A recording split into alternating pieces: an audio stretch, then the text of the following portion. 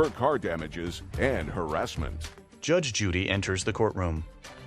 Court come to order. All rise. Have a seat, please. Hello, Judge. Case number 2003, Gaines versus Gaines. Thank you, Kevin. You're welcome. Ms. Gaines, you and the defendant are half-sisters. You share the same father. Yes. Have you always had a relationship with your father? Yes. And you, Ms. Gaines? Yes. There came a time when you were living with your dad. Yes. From when to when were you living with your dad? From October 2018 to December 2021. And who was living at the same residence? It was me, my dad, and a roommate, my dad's roommate. No children?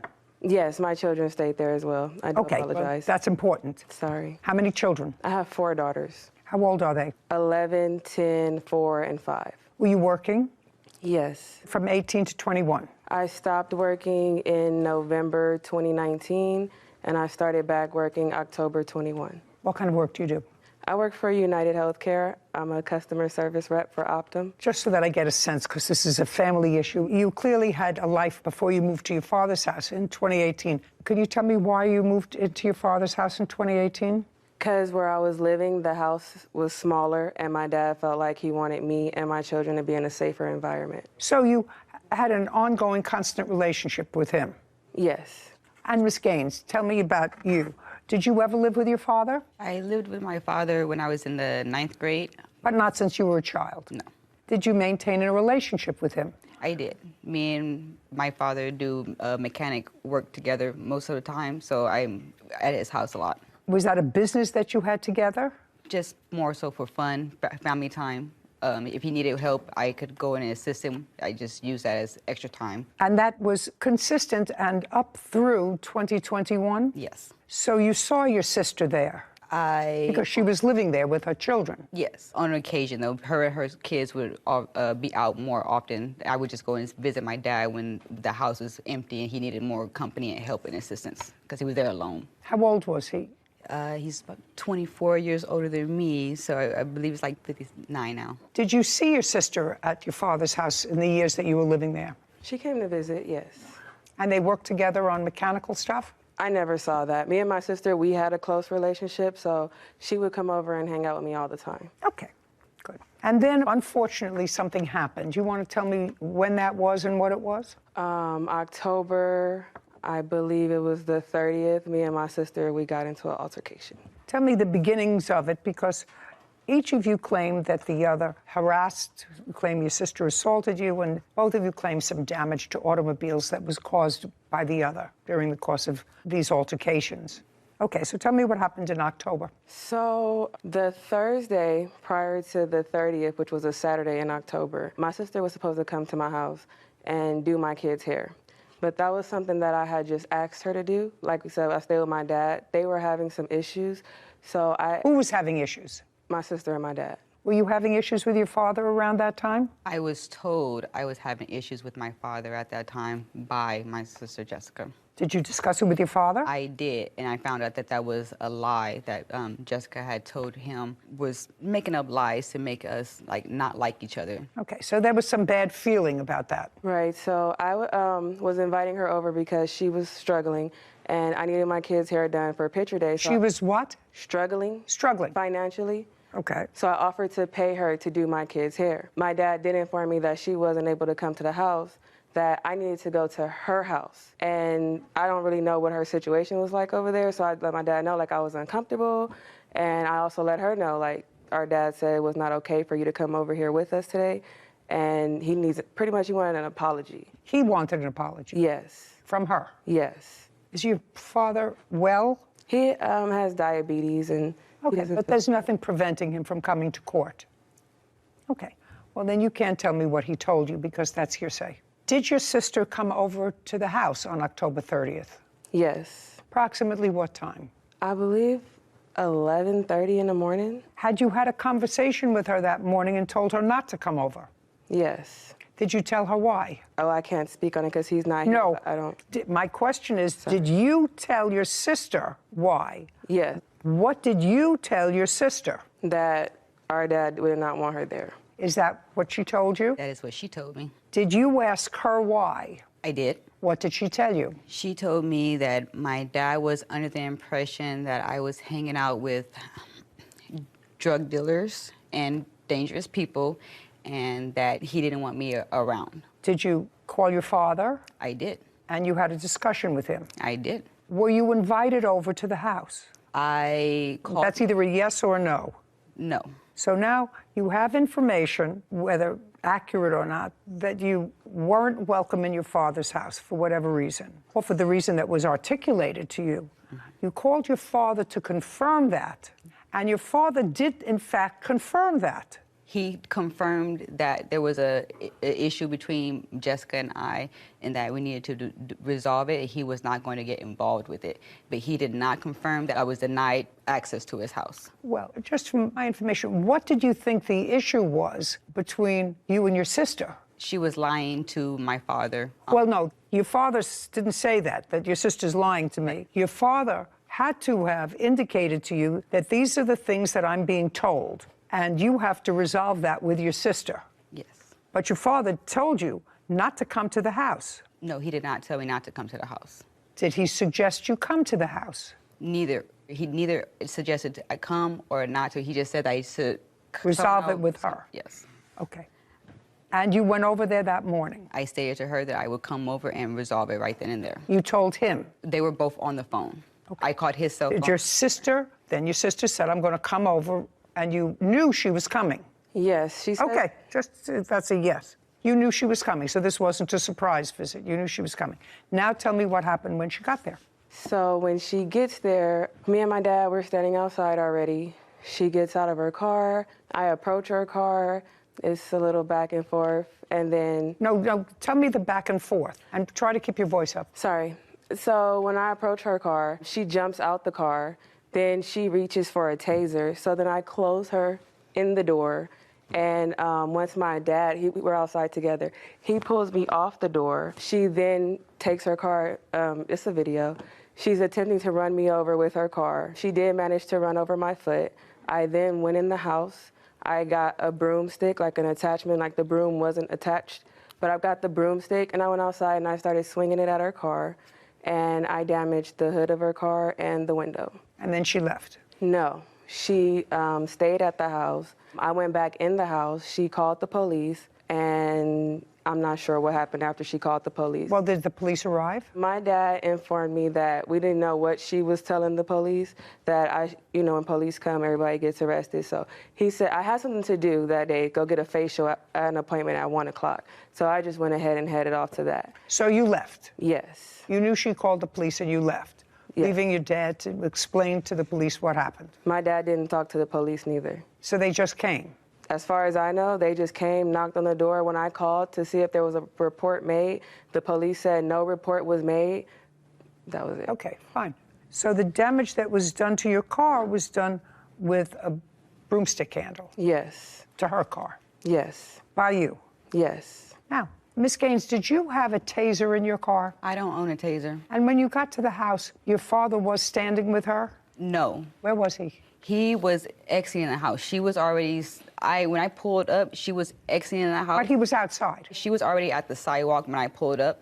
Okay. So he was at the door. Well, why don't you tell me your version of what happened when you pulled up? I pulled up. I was recording the incident on my phone. I don't have that recording because it was on Instagram. I didn't want the embarrassment to go on any longer. I tried to screen record it, but it didn't save. Okay, so you don't have video? I don't have that full video. I do have a short video of her actually attacking the car with the stick that she came out of the house with, though. So I do have that I'd like portion. to look at it.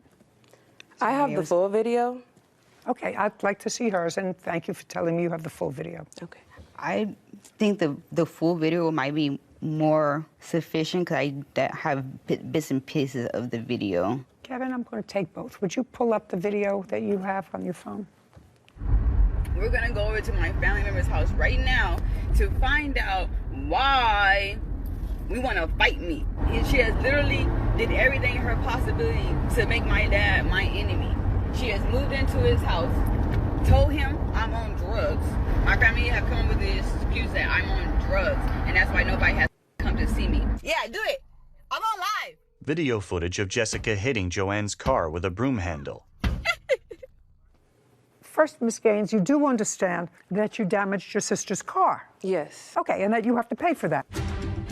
Your tires had already been flattened how many times? 3. Do you have a bill for those tires? When I went to court, when she was suing me for her car, I just took the receipts as proof, and when the judge took it, I never got it back. No.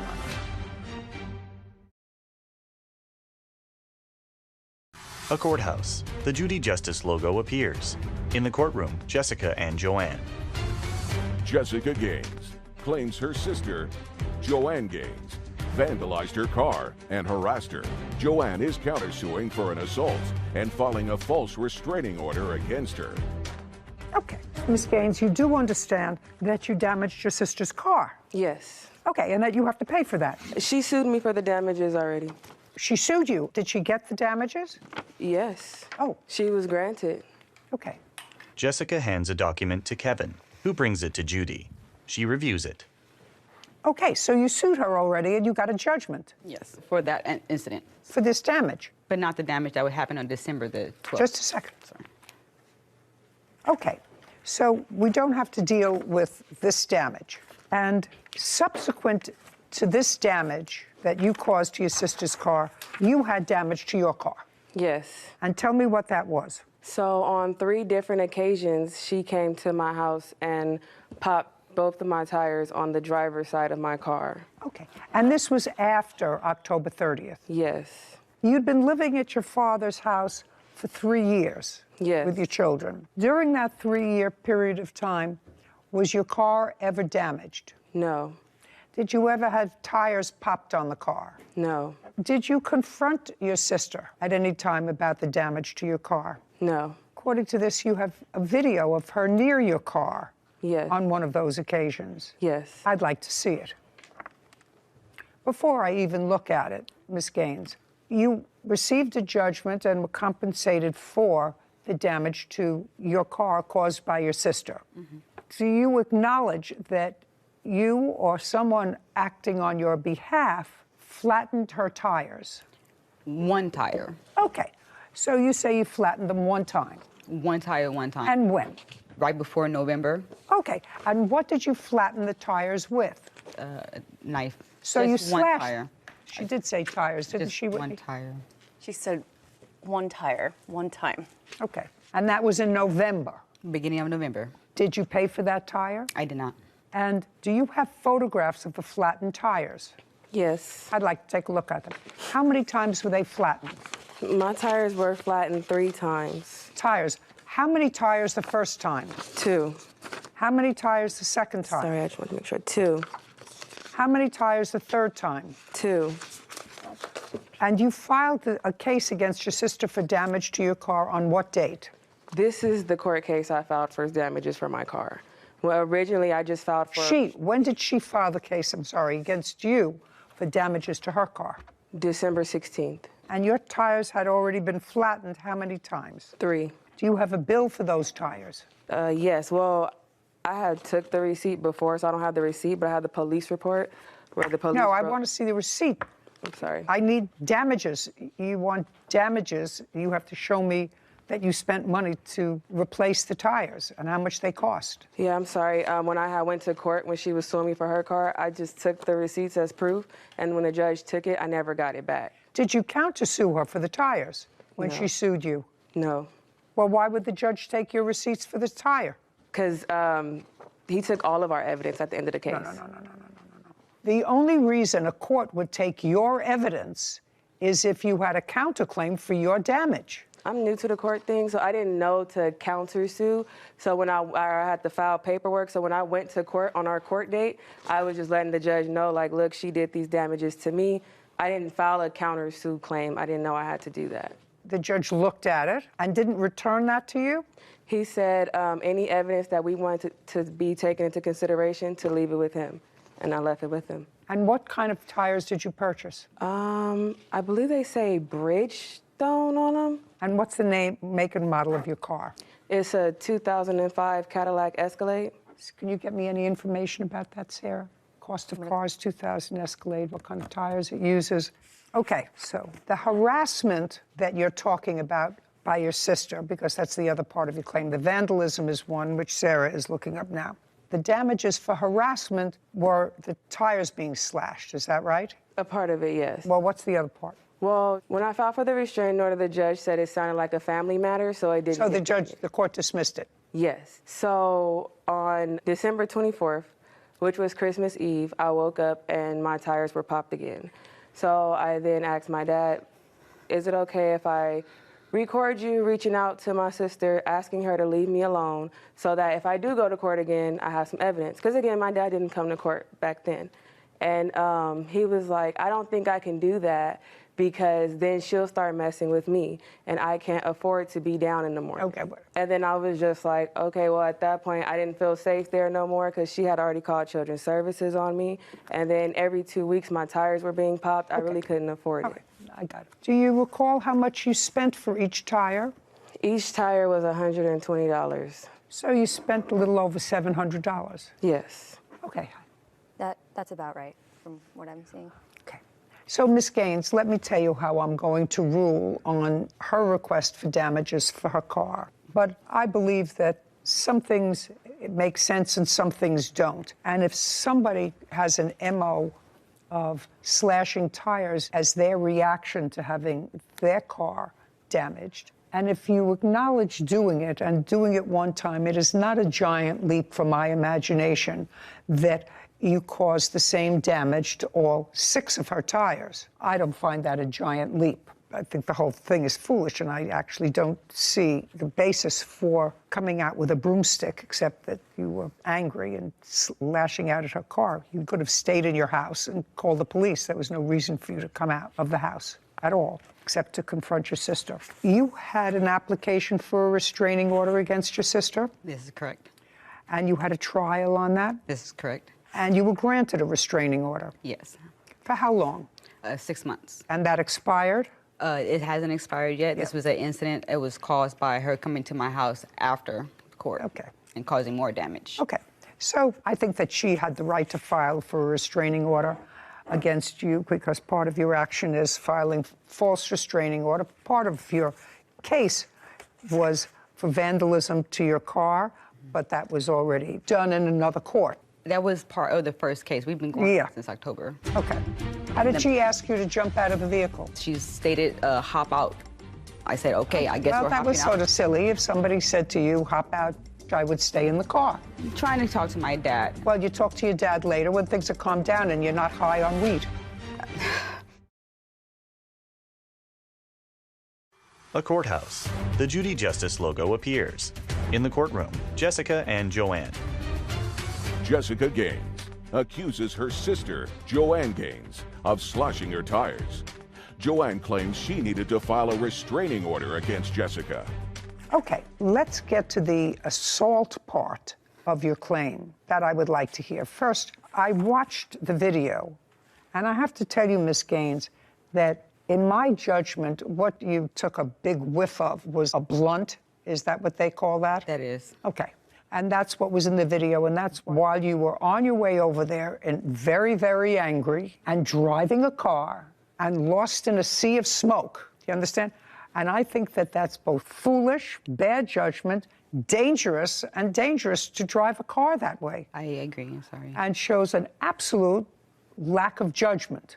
So I would think about that kind of behavior again if I were you. You want to tell me when and under what circumstances your sister assaulted you and where you were hospitalized or treated medically? When I pulled up to the house, she had asked me to jump out of the vehicle. I was... How did she ask you to jump out of the vehicle? She was standing on the sidewalk. I was putting the car in park, and she stated, hop out. And I said, okay, I guess we're hopping out. Well, that was sort of silly. If somebody said to you, hop out, I would stay in the car. I'm trying to talk to my dad. I have a... Okay. Well, you talk to your dad later when things have calmed down and you're not high on weed. I understand that you... You got the damages for your car by way of a judgment. I've awarded you for the tires $726. $726 for the tires. That's the judgment of the court. We're finished. Thank you very much. This court is adjourned. I only slashed her tires one time, one tire, like I stated. It was fair. There's no receipts that were presented, so they were never damaged. We got it, we got the proof, so. She stated that I ran her over by the car, but she was walking back into her house. How are you walking if your foot got ran over by a car? It's embarrassing. Jealousy, maybe I don't feel that way. This is my younger sister. I love my younger sister. I don't wish that this wasn't even going on. I really hope we have a better relationship going forward. I hope this is all over and behind us. Yeah, there's no more family for me, I guess. You know, we're siblings. Siblings go through stuff. Judy and Sarah. So, my Sarah, the case to me, you know, we've seen it before, siblings fighting, very unfortunate. So I'm going to ask you a question because I know I come from separate generations, 3 down from you. Okay. And I've already accepted the fact that many states in this country have voted in favor of legislation which suggests that marijuana is a legal substance and decriminalizing it. Fine, just like alcohol. Yes. That's what my grandchildren tell me. You drink alcohol, we do something else. But am I crazy? Because I watched that video, and to me that was the most interesting part of the video.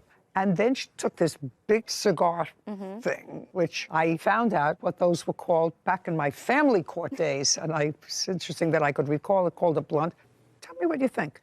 Would it be no different if she took a big bottle of vodka from the passenger seat and took a couple of swigs before she got to a fight? Yeah. Okay, I want your take on that. Yeah, even as a different generation, there's responsibilities and regulations and rules, the same with alcohol. So while it might be legalized, decriminalized in many states, you still have to follow the rules and act responsibly. I think there are different physiological effects. Would you say that there was any jurisdiction in this country where you could smoke marijuana while you were driving? I think it's still considered under the influence.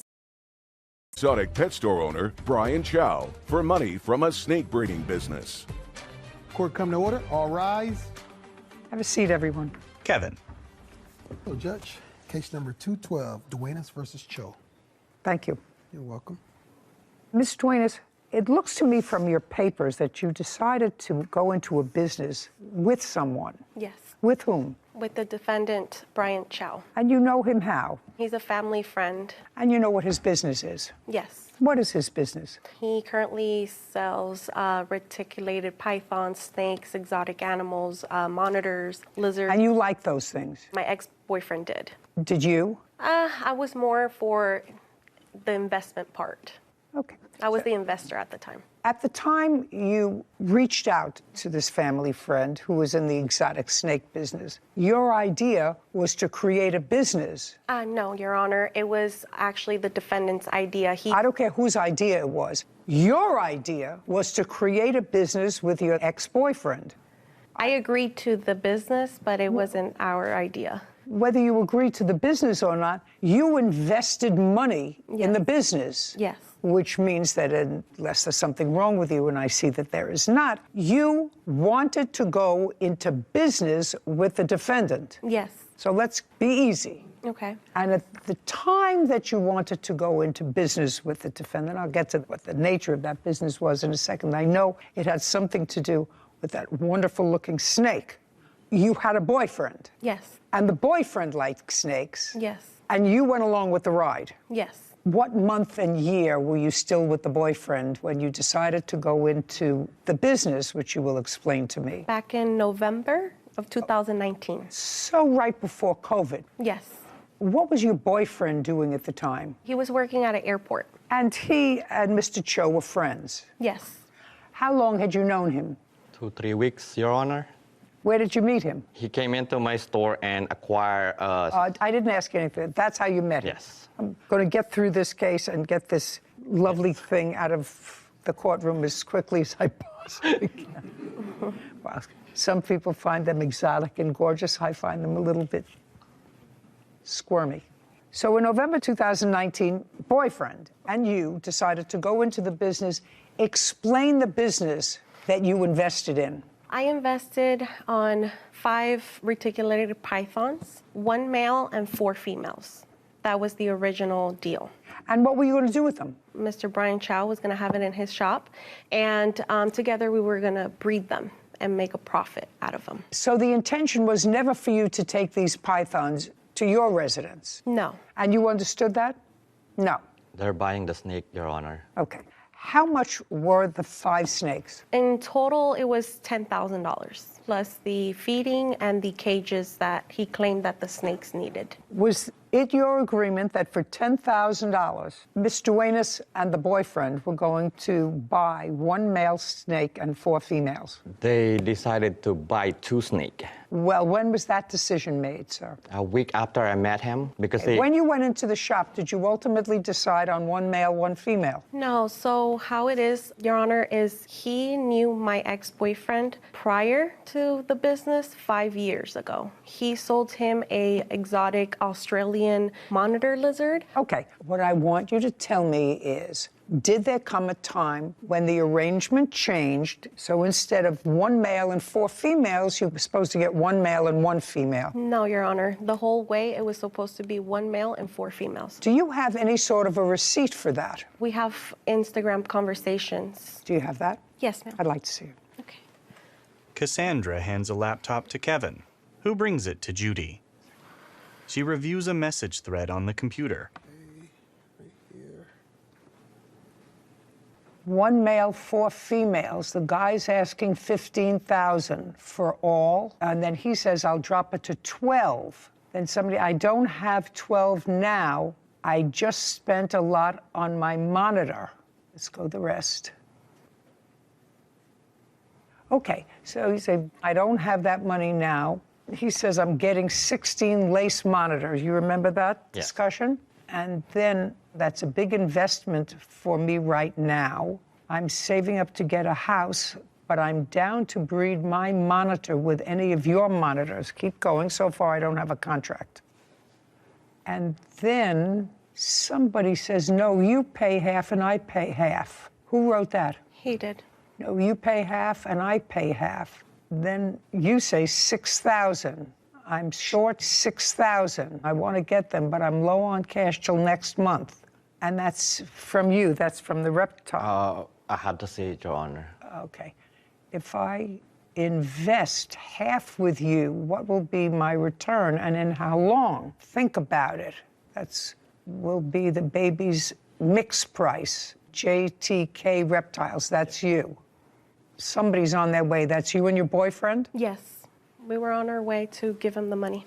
And how much money were you going to give him? We gave him the first time $6,000 and then $4,000, a total of $10,000. You received that? Yes, Your Honor. And what did you purchase with the $10,000? If you look at the message from there, what she showed you is they pay half of the 5 snake. Means they get 2 of the snake, and I get 2 of the snake. They've been lying to you guys since day one. They want to purchase 2 snake. Then I told them, like, if you look at the message, I can use my male to breed it to your female. It's an investment for you guys, not for us. It's no us. It's not with them at all. Mr. Cho, were they supposed to take possession of the snakes? They're supposed to pick up the snake. That's why they come to the store with it. Which snakes were they supposed to take possession of? One right here and one out there. Is that a male or a female? This is the female. Has she had babies yet? No, I don't breed her because she don't belong to me. And how old is she? Right now, she should be about 6 years old, going 7. How long do they live? Over 30 to 40 years, depends on how you take care of them, like I take care of them. And there's another one outside the courtroom that's the same as this one. Yes. Also a female? Yes. And you gave them the $10,000. He acknowledges the $10,000. So we have a verbal contract that you were going to pay for some snakes. He was going to order the snakes for you, which he did. And that was accomplished, and the payment for the snakes was done on what date, the first payment? Approximately in November of 2019. And when was the next $4,000 payment? The same month, I would say like a week. Good. And when did you order the snakes, Mr. Chow? Right after I get yeah, because I cannot just acquire the animal without the payment. Okay, so now you've got the payment and you order the animals. Yes. On what date did they arrive? 2 days after, their FedEx delivered to my shop. And when did you notify the plaintiff that they were there? The day that they came, I tell them the snake is ready. So it was also in November, sometime in November. And when did they arrive? The snake arrived? No.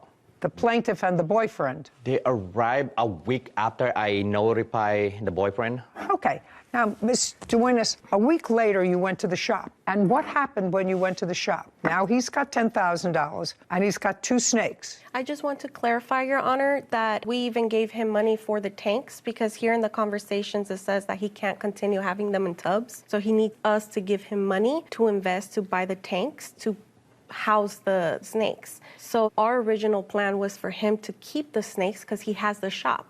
We, at the time, lived in an apartment. He was well aware of this, that we couldn't have big snakes in our apartment. He says no, you say yes. I'm not sure how I can resolve that. I'm trying to simplify this contract.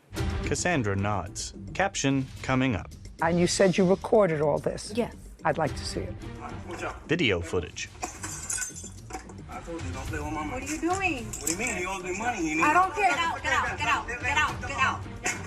Judy's eyes widen. Cassandra's eyes fill with tears. A courthouse. The Judy Justice logo appears. In the courtroom, Cassandra and Brian. Cassandra Duenas claims exotic pet store owner Brian Chow owes her money for a snake breeding business. Brian says Cassandra changed her mind about the business after he purchased the snakes. Okay, part of the contract was fulfilled because you paid him. Then he ordered the snakes. Second part was fulfilled. I want you to tell me what happened when you went to see the snakes. You say to see them. He says to pick them up a week later. So when we went to the shop, Who what went? led us to Who went? My ex-boyfriend and I. What led us to there is because after he obtained the snakes, he was not reaching out back to us. He was Just a week later. Yes. You went to the shop. He notified you that the snakes were there. There's no question about that. Now, you went to the shop for what purpose? Because he switched it and then he said it was 2 snakes when originally the plan was 1 male and 4 females. That 1 male was going to breed with the 4. So right out the back, he lied to us what our agreement was here, that he clearly texted us and said 4 males and 1 female. So it was 5 snakes. So we went to the shop. Yeah, but there was a problem there with pricing. In the Instagram messages, a suggestion, because some of the texts were unavailable. He said originally they were $15,000. And then there was some discussion of $12,000. And then there was some discussion of $6,000. He says he'll pay half and you pay half. And there, I can imagine that there was some sort of an agreement for you to keep the snakes if you were going to pay half. You were always supposed to give them the snakes. Why would you pay half? Then they get the 2 of the snake, and I get the 2 of the other snake. It's 5 of them. And the one that we're gonna pretty much, they can have it if they want it, or I can use it when I need it. You mean the male? Yes. So that was the business. Anyway, you went there, and what happened? So I went in recording. My ex-boyfriend told me, hey, record the Don't tell me what your ex-boyfriend told you. Okay. Just tell me you went in and what happened. We went in there and we asked him, hey, we agreed on 5 snakes. Now you switched up and you said now it's 2 snakes. First you told us it was $15,000, then $12,000. You were playing games with us the whole time. And at this point, after a week later that he said that he got the snakes, then he told us it was 2 snakes. At that point, we were upset because we had planned and we had counted with 5 snakes. That's why we gave him that ridiculous amount of money. And basically, we didn't want nothing else to do with him. We wanted our money back. And that's what we went for, our money back. Just a second. Yes. So you walked in wanting your money back? Yes. Do you have any text messages, Instagram messages, suggesting that before you got there, you had said to him, we changed our mind, we don't want to be in business with you, we want our money back? No. Nothing? No. He wasn't reaching out, sorry, Your Honor, he wasn't reaching out to us. He was sending him video calls, he was calling him through text message, my ex-boyfriend. I don't care. You paid the money, he got snakes. The question is, you think there's supposed to be more than 2?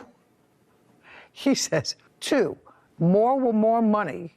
So the ultimate agreement was for 2. So what happened when you went there? You're there with your boyfriend. Yes. And you say, I want my money back.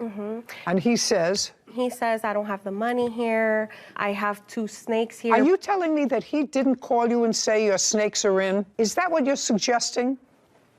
Do you have an invoice for these snakes, Mr. Chow? Yes, Your Honor. I'd like to see the invoice for the snakes.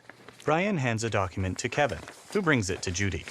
By the way, your boyfriend has other of these exotic Wire creatures. transfer Is that right? to the people that I get them.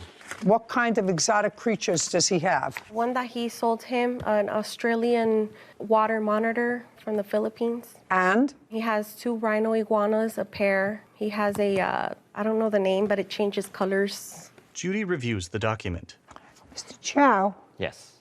This is a wire transfer May 24th, 2018. And the date of this wire transfer is August of 2018. And those are for the lace monitor that Are these lace monitors? Yes. Sorry, Your Honor, these are not lace monitors. These are reticulated pythons. These are not monitors. Monitors are lizards. These are snakes. Lace monitor bell face. Yes, Your Honor. Well, that's not that. No, Your Honor. Well, these are useless. Yes, but that's connected to the rest of what they did. What does that have to do with these 2 snakes? What I want to see is when you purchased these 2 snakes. Yeah, I don't have it, Your Honor. Well, get it. What do you mean you don't have it? I left it at home. I'm so sorry. Well, what'd you bring these for? Those are the time that they both got arrested when they went to my shop. Yeah, but you now have those back, right? Yes. You have those back. So if you had to take documents, why didn't you take the documents for the snakes in question? The lace monitor lizards aren't in question. You have them back. They may have taken them. They were arrested, and you finally got them back. So I don't understand that. I just mistaken grabbed the wrong paper. Well, Mr. Chow, do you deal with these people regularly, that you buy snakes from them regularly? Not really. It depends on the size of the animal and depends what kind of animal. Well, you have the date of purchase someplace, Mr. Chow, and I don't want you to waste my time. Yeah, I'm so sorry. That's why I just said I don't have it, Your Honor. Did they purchase that kind of snake? Yes, Your Honor. Is that correct? It was 5 snakes, Your Honor. Don't give me 5. That type of snake. Oh, yes, the reticulated python, yes. And the one that's outside is the same, correct? Yes. And you did not purchase baby snakes. No. You wanted full-grown snakes because they were a business. You wanted them able to be... Breeding. Okay. Should have brought the paperwork. And you went in there that day in November because you had changed your mind. Yes, and on top... Yes. Because you had changed your mind. Yes. That's the answer. You had changed your mind. You can give me a whole bunch of excuses, and you told him you changed your mind, you want your money back. And he said no, because I ordered the snakes, and I got them in, and they're yours. Contract is completed. I'm merely holding your property. And then there was a kerfuffle. And tell me about the kerfuffle. The issue was that it was going back to what I was saying is, then we asked him as well, can we have, like, receipt? How much did you really pay for them? No, that's not your business. That's not your business, how much you really paid for them. He made a deal. You paid him. If he got them for $2,000 and you paid him $10,000, that's nothing. The kerfuffle, let's draw this down to its most simple English. You wanted your money back, and you wanted to cancel this contract. Yes, it's just when we arrived, those weren't the snakes that we ordered. These were the breed of it, is the ones that he was putting here on Instagram, which I have, which is not those. So we ordered something and we got something else. So is what you're telling me, you went there to pick up your... Because now it's changed. You went there to pick up your snakes. When you got there, they turned out to be a different... It's breed. It's like the... Pythons, right? Yes. They're pythons, but it was a different kind of python. Now you're telling me because it was a different python, you wanted your money back. Yes, because it wasn't what we paid for. It's like we paid for a Ferrari and we got a Toyota, basically. It's basically You know nothing about pythons, so... You're taking your cues from your boyfriend because that's his strong suit. Is it yours as well? No, I'm just the investor. Right. So your boyfriend had a conversation with him and said, those aren't the snakes that I ordered. Yes. Okay. And I want my money back. Yes. And you said you recorded all this. Yes. I'd like to see it. Brian shakes his head. Caption coming up. And when he broke the glass, where did he take them? He put it in a bin. And is that you carrying them out? Yes, and that's the reason why I was charged with the robbery, just because I walked out with the item. That's fine. That's a co-conspirator. Cassandra's eyes fill with tears. A courthouse. the Judy Justice logo appears. In the courtroom, Cassandra and Brian. Cassandra Duenas is accusing exotic pet store owner Brian Chow of wrongfully keeping money for a snake breeding business. Brian says he fulfilled their agreement and claims Cassandra stole property from his store. And you said you recorded all this? Yes. I'd like to see it. Okay. You just press play. Which one? Oh, right here. And then you press that. This one? Yes. Kevin brings a laptop to Judy. Okay. Ready? Subtitles. So you guys want to do the money then? Yeah. The 10,180 in total, and then money on top of that for lending you the money and everything. I didn't see that coming. Yeah, because we didn't see this coming. You just kept on giving us a runaround and a runaround. Oh, no, what? About the mail. Remember that? No, that's why I'm waiting for the mail to be delivered. I don't have the mail. Yeah, but remember you had told us that the guy had it because he had to leave and he had to gut out because he has surgery and all that stuff. Yeah. We gave you the money right there and then. You don't understand what mission we had to go I through. didn't know. I don't mind getting you guys your money back, but I don't have cash right now. You guys caught me by surprise. Yeah, but we're gonna have to do it today though. Like we need our money today. If you want it right now, I don't have it. We told you we want to do business correct, and you just keep on giving us another day and another day. You told us as soon as we give you the money, the snake was gonna be here. Yeah, it's not about me, it's the guy. It's not me. I'm just buying the snake from some different guy. And then another thing where you messed up, you said 5 snakes for 6,000, and you come at me with 4 and you wasted my money. Yeah, and I told you that he gave me only 4 snakes, the big giant. Yeah, and why would you waste money if I told you to get the 5 snakes? If you worry about the last one, I can pay for it. It's a mail that we don't need. But I have to do all this, so I have to get like this for you to do that? No, bro. How could I trust you now? Bro, the 4 snake is right here. I'm gonna go get something. What's wrong with you, bro? I'm just asking you. Let's talk. No, we're not gonna talk. I told you don't with me. I don't talk with you, bro. Dog. Why? What's that's wrong? gonna be mine. Because we gave you a lot of money. We're talking about over $10,000, and you're just giving us the runaround. First, you told us 5 snakes. This is what we can do. I'll take, and when you get the money, I'll give it back. Yeah, female too. Oh, no. Oh no? All right. Well, come on, bro. You're looking at a 15 grand. I told you don't play with me. I don't play with you. You don't even have the money right now. Open them up, man. I get the half of the money. Open them up. I'm trying to talk to you, bro. No, there's no more talking because we gave you the money right here and then. That's unprofessional. You're trying to scam us, and you don't do that to people like that. I didn't. How did I scam you? Open it up before I open it. You're telling me that you don't have the money. I have half of the money because I'm waiting for the snake. Bro, if you guys gonna get arrested. If you get There's snake. no arresting. We We're just getting what you took from us. Over $10,000. I'm trying to talk Over to you. $10,000. You're gonna open it. I'm trying to. No, we try to talk to you, and you're telling us you're gonna have the money. I have everything in video. I don't care. You can record me, bro. All right, so are you gonna You open don't it? play with people's money. You can call You owe me whoever you over want. $15,000. This is 15 grand. We don't care. Can you call a cop, please? No. All right, watch out. Back away. Cassandra's ex-boyfriend smashes a glass cage. I told you don't play with my money. What are you doing? What do you mean? He owes me money. You I know? don't care. Get out. Get out. Get out. Get out. Get out. Get out. Get out. Get out. Subtitles. He owes us money. He owes us money. He owes us money. Subtitles. They're gonna deal with that with the police. Now I'll play that video, please. Video footage of Cassandra's ex-boyfriend reaching into a glass cage. That's your boyfriend breaking into the... Yes. Yes. And when he broke the glass and took out whatever lizards he took out with him, where did he take them? You were still with him. Yes, he put it in a bin. And is that you carrying them out? Yes, and that's the reason why I was charged with the robbery, just because I walked out with the item. That's all right. That's fine. That's a co-conspirator. Ultimately, the lizards that you took were returned to you. Yes, Your Honor. And it seems, Mr. Chow, at the beginning of this case, I must acknowledge to you that I was sympathetic to your position, that they had ordered snakes. You ordered them, you got them, Yes, Your Honor. and then the contract is completed. Uncross your arms. Yeah, I'm so sorry.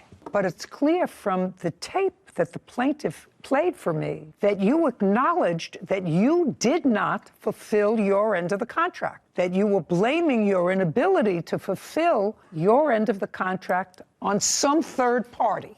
Is that what I heard in the tape? I mean, you know, my hearing's not really acute, but that's what you said. I have no control. I can give you back half your money, but I can't give you back all your money. So the contract was not complete. It was complete because they supposed to get only 2 snakes. I didn't see anywhere where it says just 2 snakes. There was a whole bunch of conversation there about the male snake, and you were supposed to deliver to them the male snake. And you said, I don't have that money now, but I can get that money for you. I can give you the first money. I don't have the second money. It was clear that the contract was not complete unless you have something to show me that it was. But what I heard, it was not. That doesn't mean that Ms. Duenas has the right to break your property and to steal property that belongs to you. What they do is they come into a court and say, you have my money. The contract was not fulfilled. I want my money back. That's what you do. Are you in the business of breeding snakes for your store? Yes, Your Honor. And if we were to go on the internet now, Yes, Your Honor. how much would one of those snakes, which is 6 or 7 years old, according to you, sell for? Right now, this size, you're looking at it about 6,000 to 7,000 each one. But if you troll the internet of people who actually like those creatures in their house, for whatever reason, if you put up that snake on the internet for sale, how fast would it take you to sell it? I still say like about a month and a half. They're rare. Yes. Is that right? That's what you're saying. It's rare and is just not a lot of people will acquire that much money. Even though they can sell the babies. And how many babies do they have? In a year, they can do from 30 to 50. And each one of the 30 to 50, you can sell for $3,500. Yes. I suggest you do that. She gets her $10,000 back. Judgment for the plaintiff in the amount of $10,000. We're finished. Thank you very much. This court is adjourned. Outside the courtroom, Cassandra, then Brian. I'm very happy, and I'm happy that she was able to see herself that the defendant got caught in multiple lies. They're just a customer. He wasn't truthful since the beginning. Ever since we invested. They bought a snake. I would want to give their snake, but they don't want to take it. And it's very sad how nowadays you can't trust in anybody. Sarah and Judy. I think one great lesson that a lot of people can take away from that is you have to know the business that you're investing in. I can appreciate she was sort of doing it for her boyfriend and he had the knowledge about the exotic animals, but that's her money at the end of the day. And if you're going to put your own hard-earned money on the line, it should be a business that you at least put in the time to learn about. To understand. Exactly, so that you don't have to rely on somebody else to make the right decisions. Who's going to be gone tomorrow? Exactly, exactly. And your money who potentially could, and then you're left on your own, having to sue and navigate a field that you really know nothing about. Smart. And it was also an example of a contract that was not fully executed. I actually thought when I started the case that there was an offer, an acceptance. Arrest and bail money. Court come to order. All rise. Have a seat, please. Hello, Judge. Case number 2027, Davis versus Zadie. Thank you. Mr. Davis, a couple of years ago, you were a tenant of the defendant's. Correct, Your Honor. You rented a room from him? Correct, Your in Honor. his house. For how long? For about a year, a little over. From when to when? 2020, I want to say the beginning of the year till about the end. Do you remember the dates that he was a tenant? Yes, they're incorrect what he's saying. It was from May of 2020 to November 2020. Does that sound right, Mr. Davis?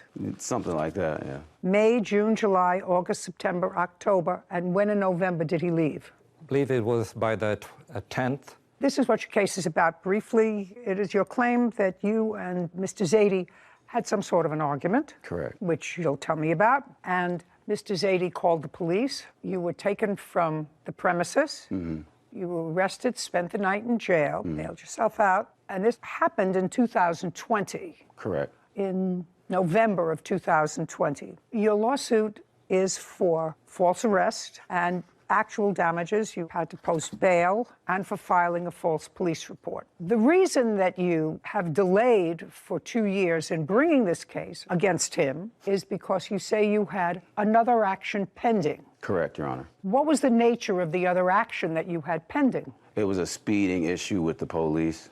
Well, it's not a speeding issue with the police. Were you stopped for speeding? It Were was you 28. arrested for speeding? Yes, I was, Your Honor. You were arrested for speeding? Yeah, and they called it a 2800 VC, if my memory serves me correct. Well, I don't know what that is.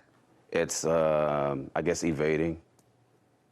Look into it. In what city and state do you live? Irvine, California. Let me understand this. Very few people are arrested for speeding. You remember what you were arrested for, sir? You weren't arrested for speeding. They called it evading an officer because I didn't pull over right away. So you were evading an officer. Let's try that, Sarah. Evading a police officer in a vehicle. It's vehicle code 2800-1. Yeah, there it is. Okay, what does it say? Prohibits evading an officer in a vehicle, which means willfully fleeing from a police officer when the officer is pursuing the person in a car or on a bike. The offense is a misdemeanor punishable by up to 1 year in jail. Okay, so you had a misdemeanor pending, right? Anything Correct. else? No, that was it. Anything else historically? Yes, I did have historical priors and cases and stuff from my past. Yes, I did. Recent past or distant past? Distant past. How distant? Years. I want to say 2004. Okay. Yeah. Don't have to go into 2004. So you had this case pending and you felt that it was inappropriate to bring a civil case against him. Yeah, because I didn't want the cases to intertwine, Your Honor. They weren't going to intertwine. The case that he brought against you was eventually dismissed. Correct. In what month and year was it dismissed? It was dismissed the same month, about 2 weeks after that. Is that right? I believe so. Okay. So let me understand this. He alleged that you assaulted him or threatened him. You were taken into custody. The DA examined the case and decided not to prosecute it. Correct. And that was 2 years ago. Correct. Well, I don't know who gave you advice, sir, or whether you did this on your own, but bringing a civil case against someone for something has no impact whatsoever on a pending criminal case, be it a felony or a misdemeanor. You know, if you were driving in a car and someone hit you in the rear in November of 2020, and you waited 2 years to bring that because you had this evading a police officer action and you thought that that was a valid reason, your case would be dismissed for the hit in the rear and whatever injuries you had, because you're supposed to bring these things in a timely fashion. I understand. 2 years is not a timely fashion. Now that I've suggested that to you, I would like to hear what you say transpired in November 2020, to the best of your recollection. On November the 9th, 2020, me and my former landlord, Alex Aditi over here, we had an argument about a guest that I had over. Okay. You had an argument over the phone or in person? Over the phone. Tell me how that phone call was initiated. He texted me some things, and I called him because I wanted to... Okay. He texted you. Do you have a copy of that text? No, I don't have the text. Do you recall what that text said? Yes, I do. Tell me what it said. I told him that he has to get his girlfriend out of the house because she's been coming in every day and night, staying there. Okay. So you said, in effect, I rented you this room, not your girlfriend. Correct. You got to get her out of the house. Yes. Okay. I had you remember her name? To him just a second. You remember her name? Not. What was her name? Twana. Now, when you rented the room in May, just a second. When you rented the room in May and you moved in, did Tawana move in with you? She did not move in with me. So when you rented the room for yourself in May, you rented the room as a single person? Correct, Your Honor. Okay. And when did you bring Tawana into the room? It would be once in a while. No. What month, sir? I don't recall the exact month. What month, sir? It started happening like back in August, every day. It started one day, then every other day, and then it became constant day and night. For how long? For a long, long time, till towards the November when it just went out of proportion. The argument was about having his girlfriend, according to you, practically living there. Right. And you didn't want her there? No. Okay, because you rented a room to a single man who, until the girlfriend started to come in, I assume you didn't have trouble with. Right. So that's what your text message said to him in November. And as a result of that text message, you called him on the phone. I'm just trying to lay out the story. Okay. So you called him on the phone, and you said what to him, and he said what to you? I don't recall exactly what I said to him, but I remember he told me to tell her, get the out, get out my house, get the out right now. Your girlfriend is a He was saying a bunch of derogatory things over the phone to me and then hung up in my face. I'm working at the time. So when I came back... Did you call your girlfriend? No, I didn't call her. Did you text her? We speak regularly. We're talking all the time. No, then. Yeah, she knew about it. She did. Don't tell me what she knew. I just asked you if you texted her or called her. Yeah, I did. You did. And when you texted or called her, was she in the house? Was she in your room? No, she was gone already at this time. When we were arguing, just she was... Just a second. Is that because he told her to leave? No, she was leaving already. She had work to go to. She wasn't living there. She had her own place and job in Lakewood, California. And I would tell him that all the time, but he would always insinuate that, oh, no, she's living there. I'm like, no, she's not. She pays $2,000 in rent. He lives in the house with you. Right. Now, before Tawana, had you had any difficulty with him? You None moved at in all. May. May, did you have any difficulty? No. No. June, did you have any difficulty? No. July, did you have any difficulty? No. No. You didn't have difficulty until Tawana came. Mm-hmm. Well, that was the difficulty. Mm-hmm. So he told you in a very rude way, if I accept that, to get Tawana out of his house. Correct, Your Honor. Then you came home from work. Mm-hmm. What time did you get home from work? About 9-ish. And Tawana was gone. Yeah, she was gone. Had she taken her things? There was nothing for her to take. She didn't bring stuff over there. She wasn't living there. No, but she came over there and stayed a few days a week and never Maybe had any an stuff. overnight bag. Okay, That's but it. she took it with her when she left. Correct. Okay. Yeah. So you got home about 9 o'clock, and what happened? I got home at 9 and I said, don't disrespect me and my woman. You know, this is a woman I love. When you got home, you walked in the front door. Where was he? He was in the kitchen and he had a female guest there too. That was He's there allowed for to have a weeks. female guest. It's his house. Yeah, right. The pot calling the kettle black, basically. No, Hypocrisy. Mr. Davis. Mr. Davis, if you rent a room to a single guy, did you have a lease agreement with him? Yeah, I did have a lease agreement. Did you have a written lease? Yes, I did. Did your written lease provide that you were going to live there? Yes, it did. Just you? Yes. Well, you bring in another person, that's in violation of the lease. That's not in violation of the lease because there was nothing in the lease that said I couldn't have guests. He actually said I could have guests. Guest is one thing. A guest is somebody that doesn't come with an overnight bag regularly. No, he said One I day, could have an overnight 2 bag. days, 3 days, 4 days.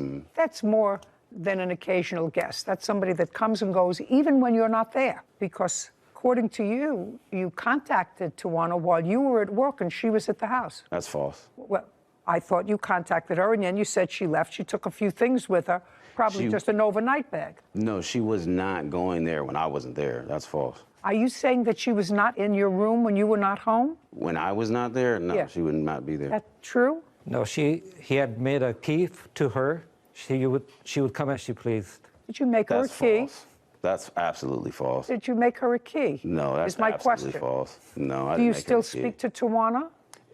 No, I don't. We kind of fell out of touch. If I were to call Tawana and ask her whether or not you made a key, would she tell me she did or she didn't? She would say that I didn't. Didn't. Yeah. Phone number. I have it in my spam. I don't have her number saved here. I'm not exactly buying the fact that Tawana did not have access to the home even when you weren't there. Even if it was just a half hour before you came home from work, sir. You work until 9 o'clock every night? Your Honor, I had this to say about the whole key situation. I gave her my key when I was locked up in jail from his false police report. I gave her my property, and she had my key then to help me get the stuff out of his home. But I never went and made her a copy of a key Did anywhere. she ever use your key other than when you were incarcerated? No. He says she did. I said, you're a bitch. I called him a bitch. I did. He's a guy. Why would you call him a... It's gender neutral at this point. You think that that's gender neutral? Yeah, at this point. Well, there you go. That's why I have you here. A courthouse. The Judy Justice logo appears. In the courtroom, Ryan and Alex. Ryan Davis claims his former landlord, Alex Zadie, owes for bail money after Alex had him falsely arrested. Okay, so now you're having this discussion. He's in the kitchen. You come home from work at 9 o'clock, and Yeah. you went into the kitchen to look for him. Correct. And when you found him, tell me what happened. We had just a brief, maybe 2-minute conversation or argument, discourse about what the things that he said. And I said, you know, don't be disrespectful to my woman and me. And I said, you know, You're a bitch. I called him a bitch. I did. But I never threatened him, No, you harassed said him. you're what? That's it. What does that mean? That's a half a sentence. Well, He was calling him a bitch. You are a bitch. Oh, you were calling him? yes, because he says these things over the phone. He's a guy. Why would Yeah. you call him a... Because he says all these things over the phone and he gets real loud and he's a completely different person when he's on the phone than when I'm in his... You think that's gender neutral? Yeah, at this point. Well, there you go. That's why I have you here.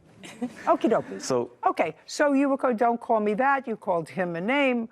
And then things got heated. And then what happened? No, things didn't get heated. After that, he said, oh, that's how you want to do it? And then I said, if you want to get me evicted, you have to go through it the right way and do it legally and give me a 30-day eviction. No, he must have said to you, I want you out of here because you called me a name.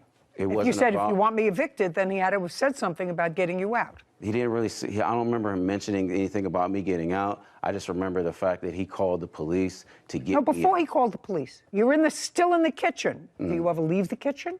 Yes, I did. Where did you go? I went to my room. Okay.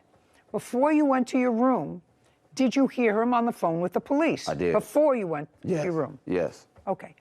And? And I didn't sit there and listen to his phone call. I took a video and I started recording because I didn't want to be made out to look like the guilty party. And I had it pretty much live streaming the whole time, which was an Instagram video. Can I see it?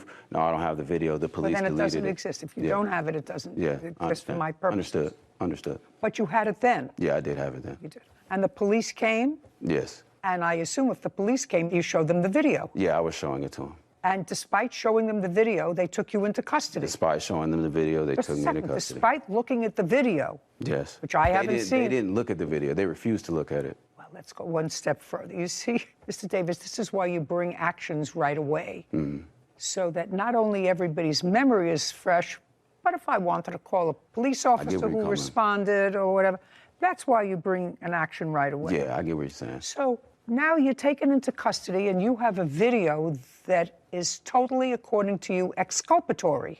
I don't know the definition. Exculpatory means it says that you were not guilty of anything. Okay. And you appear in court? No, I didn't appear in court. Never? No, never. Well, what happened to the case? The case was thrown out. It was a DA reject because there was insufficient evidence that I did anything to him. And you never showed the district attorney your video? I didn't get a chance to because the video was deleted by the police. The police department deleted your video? Yeah, they did. You are a terrible victim of circumstance, Mr. Davis. Did you ever make a complaint that the police department deleted your video that would be exculpatory? No. Why not? I would if I had. Maybe ignorance of the law, I guess. What?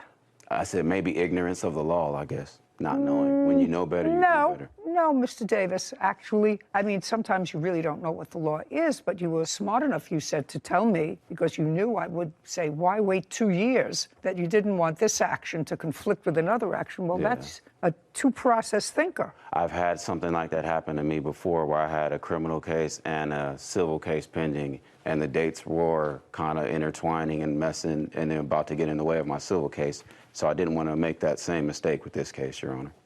Okay, sir, you want to tell me what your version of the events were of November 9th of 2020? Yes, Your Honor. I had gone to Mexico for a business trip meeting, and I had my friend who was visiting from Mexico staying at my place, and at that same time, I had another roommate who was renting the room next to Ryan Davis's room. His name was Dave. I received a call from Dave on November 9th that it's constant sex going on. Okay, so you received a call from the other person living in your house who you were renting a room to. Right. Okay, and then, don't tell me what he said. Can't tell me, that's all hearsay. Well, I've heard prior to all the sexual acts taking place. Listen to me. You personally, Yes. when you were home. Yes. Okay, so you heard what was going on behind his closed Yes. doors. Right, day and night. Okay. Like there's Fine. no tomorrow. Okay, well, maybe, maybe jealous. Whitney smirks. Okay. Disrespectful. Okay, so he was becoming an annoying tenant. Yes. For whatever reason. Yes. Keep going. You sent him a text. He called you. You had heated words. He comes home from work. You're in the kitchen. Yes. He comes into the kitchen and... And I told him, Ryan, we've gone through this many times before. I've addressed this to you about your girlfriend coming here all the time, day and night, and now she's here every day. What he was doing was sneaking her in late at night, and that's how I will know that she snuck back in. There were times I came home from work, and she was already there when Ryan wasn't even there, so she had the key, obviously. Okay, now let's go to November 9th. November 9th, I confronted him. I said that this is just way too much. My other roommate wants to leave. He cannot take it anymore. And? And then he said, well, she isn't here. And my... Okay, he said she wasn't here. Keep going. Then he cussed at my friend who was visiting from Mexico. He said, get this bitch out of here. That's not true. Don't interrupt. And, okay. I said, you know, you can talk to her. Okay, let's go. Right. Then he went into his room. He came back. He brought a samurai sword with him. And he flashed it at me. I'm going to slice you in half like a butter. Okay. You know? What? And I'm like shocked at that time. Don't know what's going on with him because he's just changing character. I'm scared of my life. I'm scared of my guests. Okay. And then what happened? So and he then came out I said, you need to get out of here. You need to move. And then he went back. He didn't do anything with the sword. No, he didn't. He went back in the room with the sword. He put it there. But then he came back and he pushed me against the wall. As he was pushing me, I tried to block him by putting my two hands up. And when he pushed me, it bruised. I had a cut on my wrist, but there was a bruise. Okay. And now, I at what said I'm point? going to call the police. Okay, so you called the police when he came back out of his room the second time, this time without the sword. And the police took a report. Yes. Do you have that report? Yes. I'd right like here. to see it. Alex produces a document. Mr. Davis, do you have a copy of the police report or any follow-up report? I'd like to see that too. Kevin brings Ryan's document to Judy. Mr. Davis, where did you get the sword from? My girlfriend at the time. Which girlfriend? Twana. When did she get it for you? She got it during my birthday, for a birthday gift. When's your birthday? October 31st. And this happened on November 9th. Correct. Between October 31st and November 9th, did you have occasion to show Mrs. Zaidi prior to November 9th? So Never, between Your Honor. 31st and the 8th, did you show Mr. Zaidi the sword? Never, Your Honor. He's Just a liar. just a sec. Just answer my question. He was there or not there, according to you? He was there. He was there? Correct. Okay, good. His guest was also there for about 2 weeks. Just who cares about his guest? He owns the house. A courthouse. The Judy Justice logo appears. In the courtroom, Ryan and Alex. Ryan Davis has accused his former landlord, Alex Zaidi, of causing a false arrest. Alex says Ryan threatened him with a samurai sword. Okay. October 31st to November 8th. Did you ever show Mr. Zaidi the sword? No, Your Honor. No. No. Okay. So unless he went into your room... He went into my room. Unless he went into your room prior to November 9th, there was no way he would have seen the sword. Correct. Okay. And when did you go away on this business trip, sir? On the 9th. That day? Yes, in the morning. And on what day did you first see this sword that was in his room? On the evening of November 9th. That was the first time, not his birthday, not second day, not third day? Okay. Does his room have a lock on it, by the way? From inside. From inside. Mr. Davis, were you on probation at the time of this incident for something in Riverside that involved a fraud? Yes, Your Honor. Okay.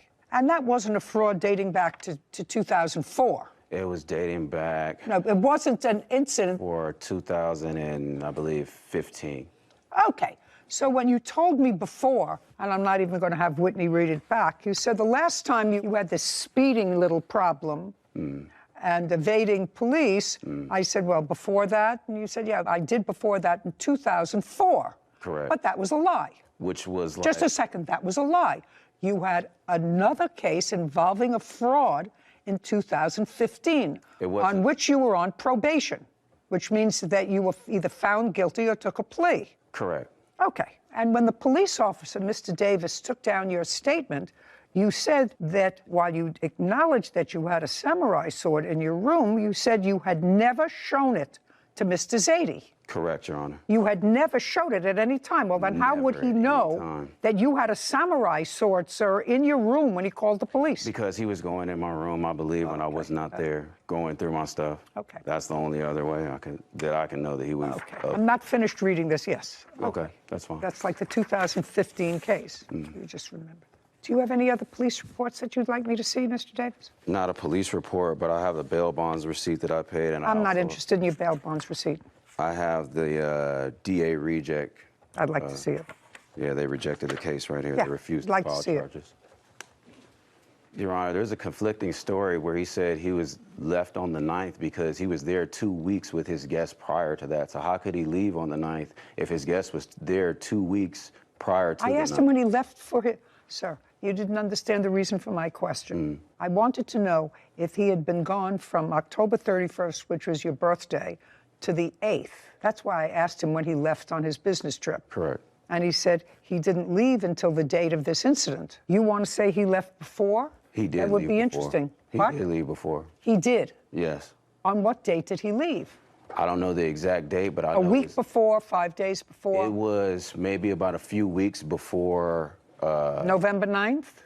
Yeah, a few weeks. Then he wouldn't have been able to see your sword because he wouldn't have been coming in and out of your room. There from the 9th. Well, from this the happened on the 31st 9th. From the 31st to the 9th, he was there.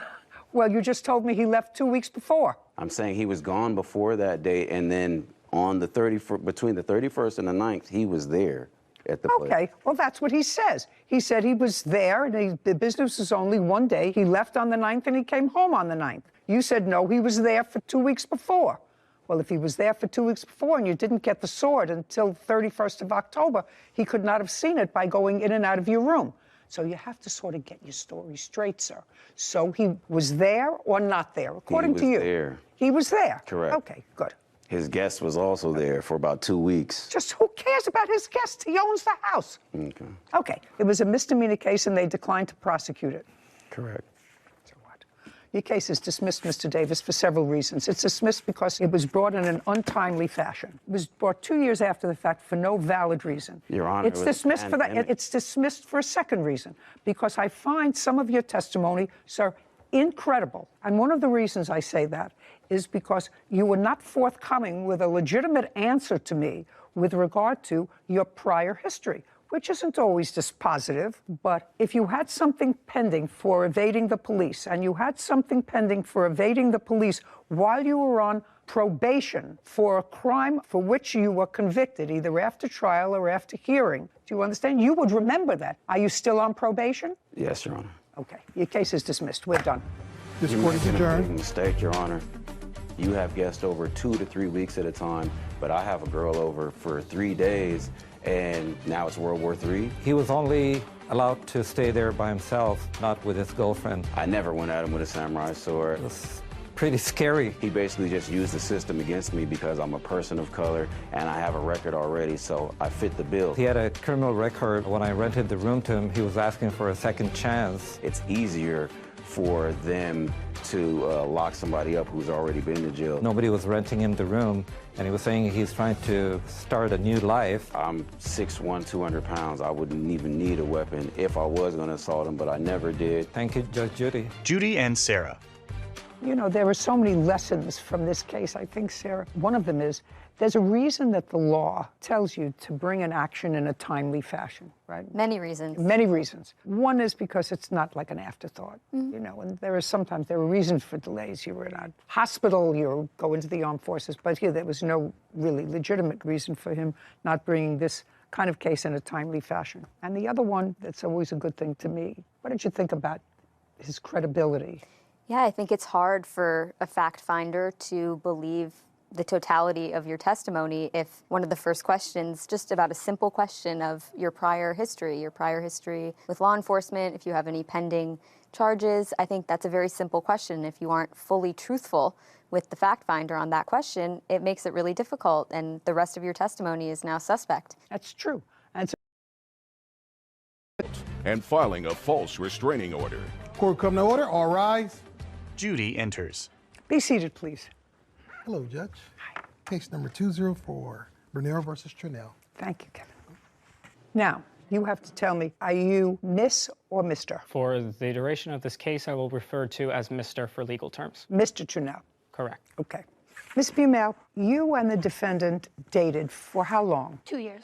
And according to what I read, during part of that period of time, you lived at your mom's house. Yes. From when to when? From January to May. Of what year? 2021.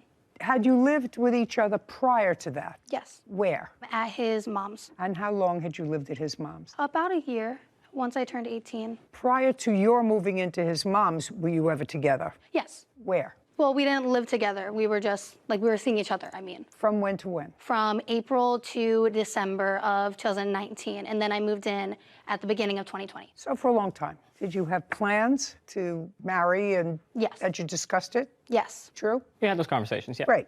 This case actually has to do with funds that you put in to a car that was supposed to be used by both of you, but since you didn't have a license, the car was put in your name. And the relationship took a bad turn, and you have the car. Is that right? Yes. And you, Ms. Bimel, want the money that you put into the car. Yes, we agreed that I would get my half of the money if he kept the car. Well, you didn't put in half the money. You only put in, according to you, a deposit. Yes. So you're not entitled to half the car. At most, you're entitled to your deposit back, and that's what I have to determine.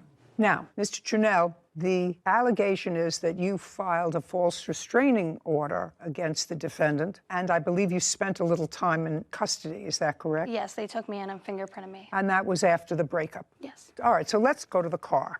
You were living with your mother when the car was purchased? Yes. Okay. Mr. Trunell, month and year the car was purchased? May of 2021. So that was immediately prior to the breakup? Yes. What kind of car was purchased? 2014 Ford Focus SE. And the purchase price? We put down a deposit of $7,000. Total purchase of the car was just under $11,000. So there was finance charge yes. on the car. Who financed the car? I did. Through what institution? My bank account. I was paying it through my debit card while I was working. I understand that, but what institution? What Bank of credit? America. Bank of America. And what were the monthly payments? $200, around there. So if the car was purchased immediately prior to the breakup, the plaintiff really didn't get any benefit or use of the car. Very little, maybe at most 30 days. That be a fair statement? I'd say so. Fair statement? Yes. And how much, Ms. Buhlman, did you put into the car? I put in $6,000. Is that correct? Correct. I'd like to see proof that you put in $6,000. Hannah produces a document, then hands it to Kevin, who brings it to Judy. She reviews it. And then I also have bank statements. Sarah, would you do me a favor, just add up these figures for me, please? I'd like to see the bank statement. Hannah hands another document to Kevin, who brings it to Judy. There's one page that is not highlighted. Totals to $7,000, Your Honor. What is this that you gave me? My bank statements for what I paid at CarMax, and then what I take out, I did because I did a cash deposit. So everything I took out at the ATM, I put right into my cash flow envelope I had for savings for the car. But there are 2 CarMax transactions. I did it in cash because I was told that it would be cheaper if I did it in cash because it won't be taxed if it was compared to a card. Yeah, but these figures don't add up to the same thing as that. Well, he did pay a little because that is $7,000. No. But these figures I have on the 13th of May, which is when this car was purchased. I have you took out $800. You took out $1,520. You took out another $100. Yes. I may be missing something, but that's all I see. No, and then, like I said, the ATM on the other 2 bank statements, it says $700 and $800, and I believe another $500 for everything I took out in cash for down deposit. I'm not following that. Are you understanding this? Take a look at this. Sure. You know. So she's saying that these PNC bank statements was cash withdrawals that she then used towards, I'm assuming, this large $5,380 first bill, because the totals from this are only total to $2,420. Right. Well, that's all I have. That's your bank statement. This thing that you handed me first is actually unreliable because my 14-year-old child could make that up on a computer. I'm looking at your bank statement, which looks different from my bank statements, but I'm prepared to accept it. Do you have the invoice for the car that you purchased? I have the contract, the bill of sale. Contract. Yeah, I'd like to see it. Ryan hands a document to Kevin, who brings it to Judy. She reviews it. And I'd like to see your bank statement, please. I don't have bank statements with me. Any reason? In my search, there were no correlations on May 13th towards the purchase. Only records that came up were towards the insurance and car payments that followed after the date. So I did not believe it was reasonable for me to submit that as evidence. In the future, you should let the fact finder determine whether it's reasonable or not, right? Yes, Your Honor. Okay. Now, when you finance the car, what this requires you to do is to maintain insurance. Yes. And it requires you to maintain insurance for both liability and collision until the remainder of the loan is paid off. Yes. Did you? Yes. Good. Now, without going into anything else, the two of you are no longer together. We may have to get into that later on the protective order, but the car was totaled. Yes. After the breakup. Yes. And the car was totaled and insured so that there was payment by the insurance company. Yes. How much? $6,000. Do you have any proof of that? No. Now, when you received the $6,000, the balance of your loan was $7,000. When was the car totaled? September 29th of 2021. So you had the car for a few months and made a few payments? Yes. Okay. Well, this looks to me as if she put down most of the down payment. Yes. And that at most you paid registration, tags, and a couple of car payments, which didn't total $6,000. Correct. Well, why didn't you give her the rest of the money? Are you following me? I mean, that doesn't seem like rocket science. It wasn't your money. The two of you broke up, and it's clear to me that you had a minimal investment in this dollar-wise. The reason I didn't was mainly because I was the only person that could hold on to the car and keep it legally because it was under my insurance. Okay. I was able to finance it from there. Okay. Well, what you should have said to me was, I got a check for $6,000, but the $6,000, didn't that have to go to Bank of America? Yes, it did. It went to Bank of America, went to my account. I used it towards paying off medical bills from the accident, and I used it towards rent for my home. Well, why didn't you use it towards paying off the car loan? The insurance company had paid off the rest of what I was owed to pay on the car to CarMax. They paid it off. Oh, so they paid it off, plus they gave you $6,000. No, let me correct. I apologize. I'm very nervous. The insurance company, after the incident, had paid off the rest of what was owed to CarMax from me. Okay, so the insurance company paid off to the lender. Yes. Which was left, which was, let's say, $6,000. Yes. And in addition to that, they sent you a check. Yes, I used that check towards my bills, and I used it towards my rent. Okay, well, that you can't do, because that really wasn't your money. You didn't spend that money. Didn't you feel as if it was appropriate to give it back to her? I would have if I wasn't in the situation that I was. And what situation were you? I was injured. Who was this? Is this your mother? Yes. Okay. Are you living with your mom? Yes. Okay. Well, so you weren't on the street. I assume that you feed your child when you have to. He was actually taking care of me at that time. Oh, great. Well, if you had the money to take care of your mother, then you should have returned the money to her. So she's entitled to that money. You were compensated for it by the insurance company, and you had no right to keep it for your own bills. Okay. Got it? Yes. Easy. Easy peasy. Now, next is your allegation that he assaulted you and filed a false restraining order. Yes. Okay. So now let's jump to you are no longer living together. This is after May of 2021. You had an encounter, according to your papers, with the defendant. Tell me when and where that happened. So October 6th at a Gloucester City park, right down the street from where I was staying, so I walked there. And we both agreed for me to pick up my things because he still had some of my belongings. Did you make the appointment to meet by text, by email? Yes. Text? Yes. Anybody have those texts? Let me see if I do. I do not. My phone was destroyed. I only have the text from when he texted me the car accident when I said I was planning to take my car back. And right after that, I then planned to meet up with him to get the rest of my stuff back. Okay. Well, you don't have the text involving that. Okay. So you did, in fact, meet at a park. Yes. How did you get there? I walked there. I was staying at a friend's house. How did you get there? I drove my mother's car. Okay. Now you're in the park. Tell me what happened. And this is in October. Yes. Go ahead. So we meet at the park,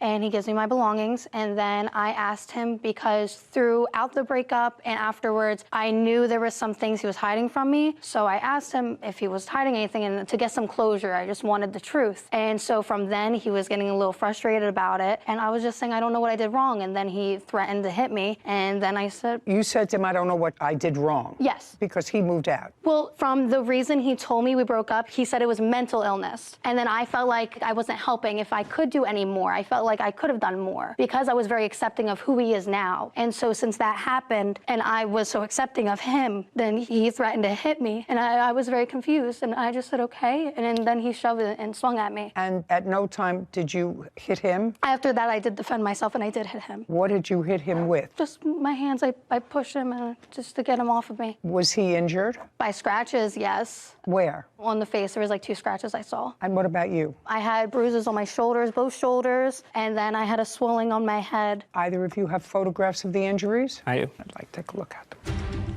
I told her that you need to understand that you did me wrong too. She said, so what? I pushed her. She swung first, I swung back, we fought. She punched me in the face twice. So after you pushed her, according to you, she swung at you? Correct. Okay, well, you didn't expect her to give you a kiss after you pushed her.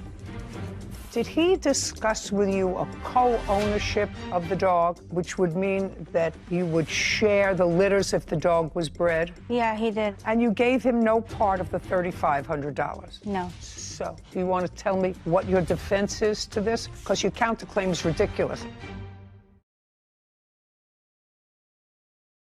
A courthouse. The Judy Justice logo appears.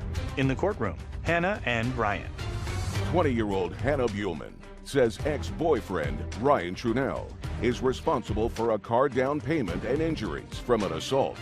Ryan said he was the one assaulted. Either of you have photographs of the injuries? I do. I'd like to take a look at them. Kevin collects photos from Hannah and Ryan. Thank you. He brings them to Judy, who reviews them. One of them depicts Ryan displaying a small injury to his mouth. Okay. How did it end, the incident in the park? So I just pushed him on the ground and I walked away. And where did you go? I first went back to his house. I did go to his house because he still had one of my big bags. Okay, so after this incident, you pushed him down. You went back to his house with him? No, I with my friend. Well, your friend wasn't with you in the park. Yes, I walked to my friend's house. I let him know what happened, and then we drove to his house so I can get the rest of my belongings that I couldn't carry home. And what happened when you got to his house? So I told him, I said, hey, I'm sorry. I even put my hands up, and I'm like, I just want the rest of my belongings back because I didn't think I would get it back. And so then he just told me, sorry, I told you I was mentally unstable. And I'm like, I just want my stuff back. And I grabbed it and I left. So you got your things back? Yeah. And you both said, I'm sorry. Does that sound correct? No. Well, tell me your version of, you had this argument in the park. We had an argument in the park. She was asking me questions about why the relationship had ended. I had explained that it was through emotional turmoil, mental illness, and that she was not being very supportive. She was very toxic, and she was very aggressive with me. And when I had told her that I was going through all of this stuff and that I felt bad for things that happened in the relationship, I told her that you need to understand that you did me wrong too. She said, so what? I pushed her. She swung first, I swung back, we fought, we broke up the fight in the beginning, I apologized. Her items were on the ground, I picked them up, I handed them to her. She punched me in the face twice, post that, grabbed my hair, pulled it, and then we broke up the fight after. I got in my car, I went home first. She went back across the street to her friend's place. I was at the apartment. I was just talking to my landlords about some stuff that my mother and I had to take care of. I don't exactly remember. As I was coming back up from the apartment, her and her friend had walked up, threatened to charge me with assault, and demanded the $7,000 for the car then and there. I said I didn't have it. I apologized for what had happened. Didn't have it? You apologized for spending the money? Yeah. That's what part of the argument was about, back at your apartment. Well, there wasn't an argument on that. I apologized for it, but she still wanted the money. She demanded the money. Well, so the money was part of the argument. Yes. Did you both go to the police station? Yes. Yes.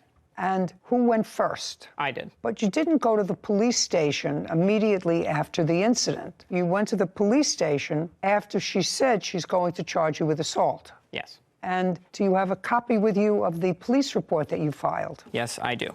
Ryan hands a document to Kevin. Thank you. He brings it to Judy, who reviews it.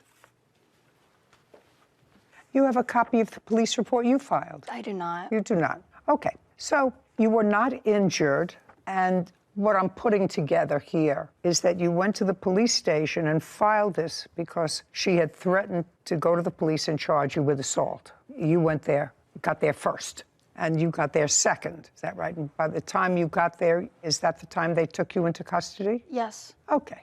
Did you ever, Mr. Trunell, seek medical attention for any of these injuries that I see in these photographs? No. The answer is either yes or no. No. And you do acknowledge, Mr. Trunell, that the initial aggressor, physical aggressor, which is what you testified to. Let's go back to his initial testimony, Whitney. I believe he testified that, not sure, she was aggressive, she was loud, she wouldn't accept it, and he pushed her. But I'd like to get the exact wording.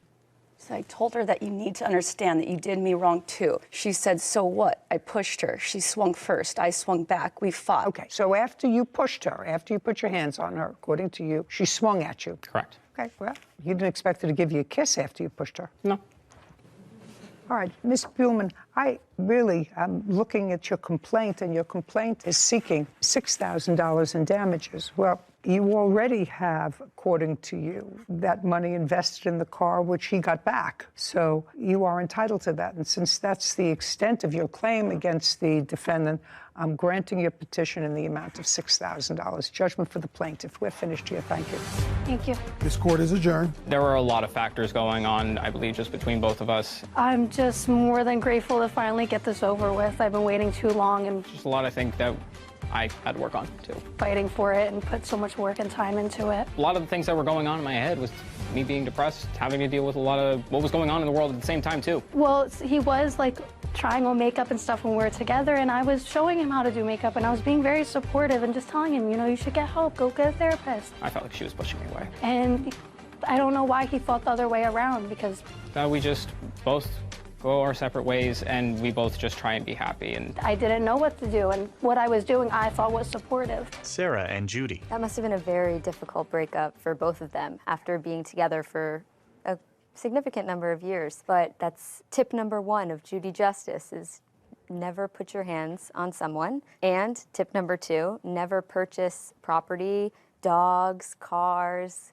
timeshares with someone who's not your legal partner or without a contract. I mean, we've seen this time and time again. Those people who don't follow that advice have kept me in business for 27 years. We'll keep telling them, though. You're right.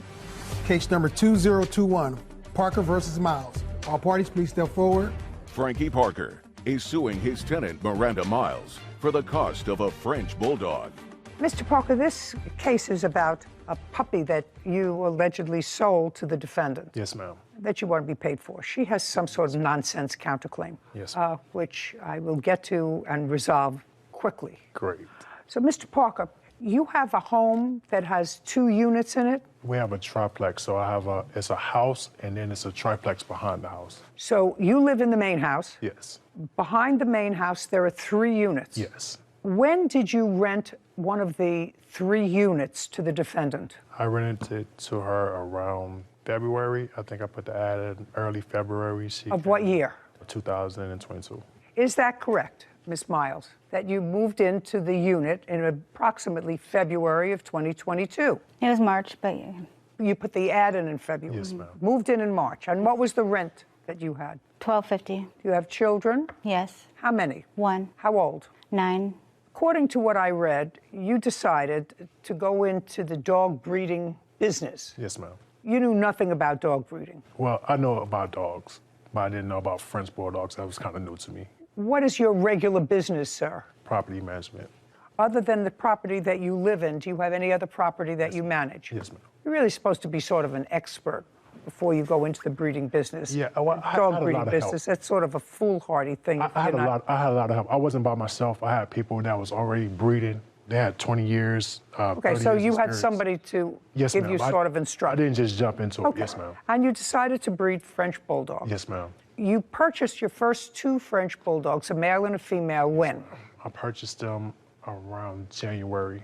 Of 2022? Yes, ma'am. And then you bought another one. Yes, ma'am. Another good When female. did you purchase the other one? I brought the other female around February. Okay, that's about the same time that you posted an ad for this unit that you moved into. Yes, ma'am. All around the same time. And that dog, I believe, based upon my recollection and my memory isn't what it used to be, I think the dog's name is Dolce. Dolce, yes, ma'am.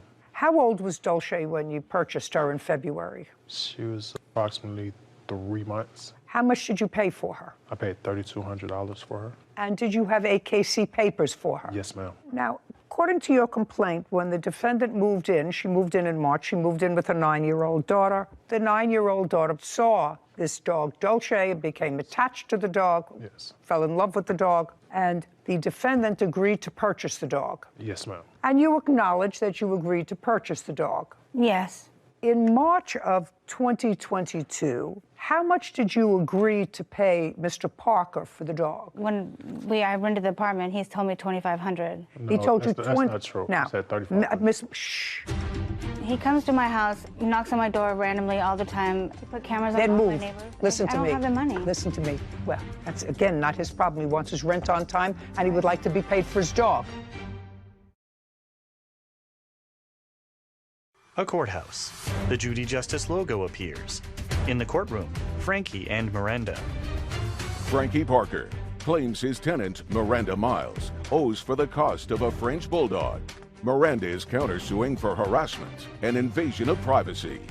Miss Miles, I want you to think more clearly. Try to be clear. He had just paid $3,200 for the dog. I didn't know that. So, according to you, he agreed to sell you the dog for $2,500. Yes, and then he changed it to $35 when I moved in. Oh, so before you moved in, he said $25, but after you moved in, he said $35. Yes. Did you agree to pay him the $35? Yes. Okay, so now you have an agreed price of $3,500, which sounds more reasonable than $25 because he paid more for the dog.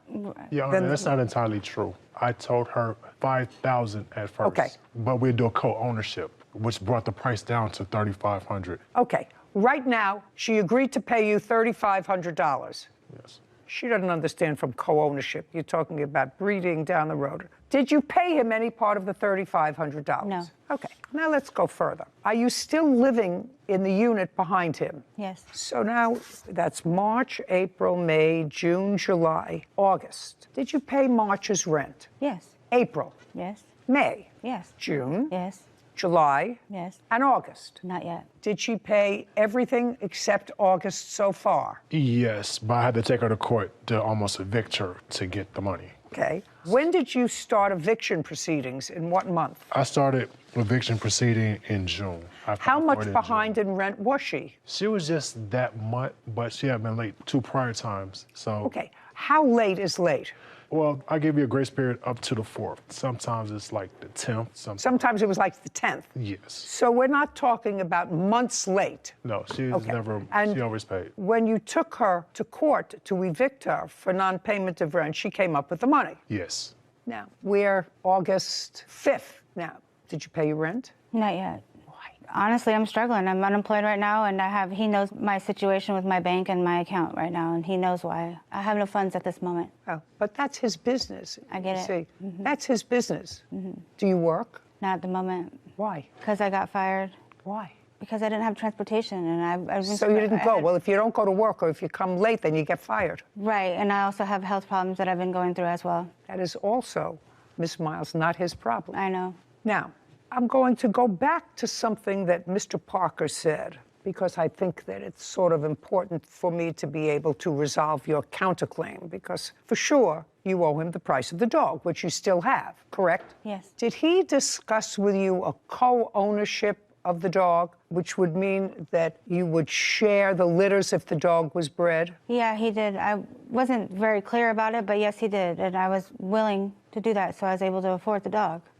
That's going to help me resolve the issue. And you gave him no part of the $3,500? No.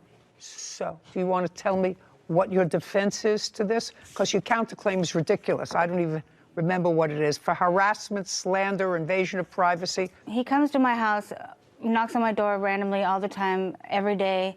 Then move. Just a second. Then move. He put cameras on all my neighbors. Listen to me. I don't have the money. Listen to me. Move. I don't have the money. Well, that's, again, not his problem. He wants his rent on time, and he would like to be paid for his dog. Right. Okay, let's move on Okay. to something that's viable. Okay? Let's talk about this breeding of the dog, which I think would be absolutely ridiculous. Have you taken the dog to the vet? Yes. Dog's gotten its shots? Absolutely. Okay. And other than the fact that you say you're not working, there's no reason that you're not paying him for the dog, which you originally agreed to? No. $3,500, judgment for the plaintiff. We're finished. Thank you very much. But, Your Honor, she's supposed to get full breeding rights. I'm not giving her full breeding rights to anything. She can't take care of herself or her 9-year-old. She has no money. How is she going to breed a dog? We can't do the co-ownership. No, well, you're not doing a co-ownership, sir. She just bought the dog for $3,500. Period. That wasn't the agreement. Just a second. You keep the papers. Do you understand? Okay. Do you keep the papers? She doesn't get the AKC papers. Okay. She keeps the dog, which means she's going to take care of the dog, get it spayed, do whatever she's supposed to do with the dog. Okay. You get $3,500, and don't make deals like this again. Do you understand? Yes, ma'am. Great. This court is adjourned. I wanted either to have the full dog and no co-ownership, but I guess it didn't work out for me. You know, I was trying to get the whole amount so we won't have to do a co-ownership anymore. She can either get the dog, the whole rights to it, or just pay me out. I think he was trying to help me pay for it, and that's why he said the co-ownership, because I was unable to pay for the whole $5,500. The whole rights to it, or just pay me out, you know. I think that's what he was trying to do. But I think overall the judgment was fair. We live next door, so we have to. I hope that we can actually do this together, and we're good. Me and him are good. I hope it does run smoothly and we don't have any more mishaps. Sarah and Judy. The case itself was easy, Sarah. Promised you buy the dog. Your daughter is in love with the dog. And he said, well, I can't pay for it. This time, the dog's attached, and he seems like a very, very nice man. But we had 2 little Maltese dogs once. I don't know if you remember them. I remember the stories. Do you remember the story? You were too young to remember the dogs. They were 2 little yappy Maltese dogs, and we thought it might be an interesting experience to breed them. Oh, yeah. 2 New York City judges. 2 New York City judges decided that it was the worst experience. First of all, I remember after, and I think we had 2 or maybe 3 in the litter, and I couldn't leave them home. So I would take them in a box in my car to the courthouse and open the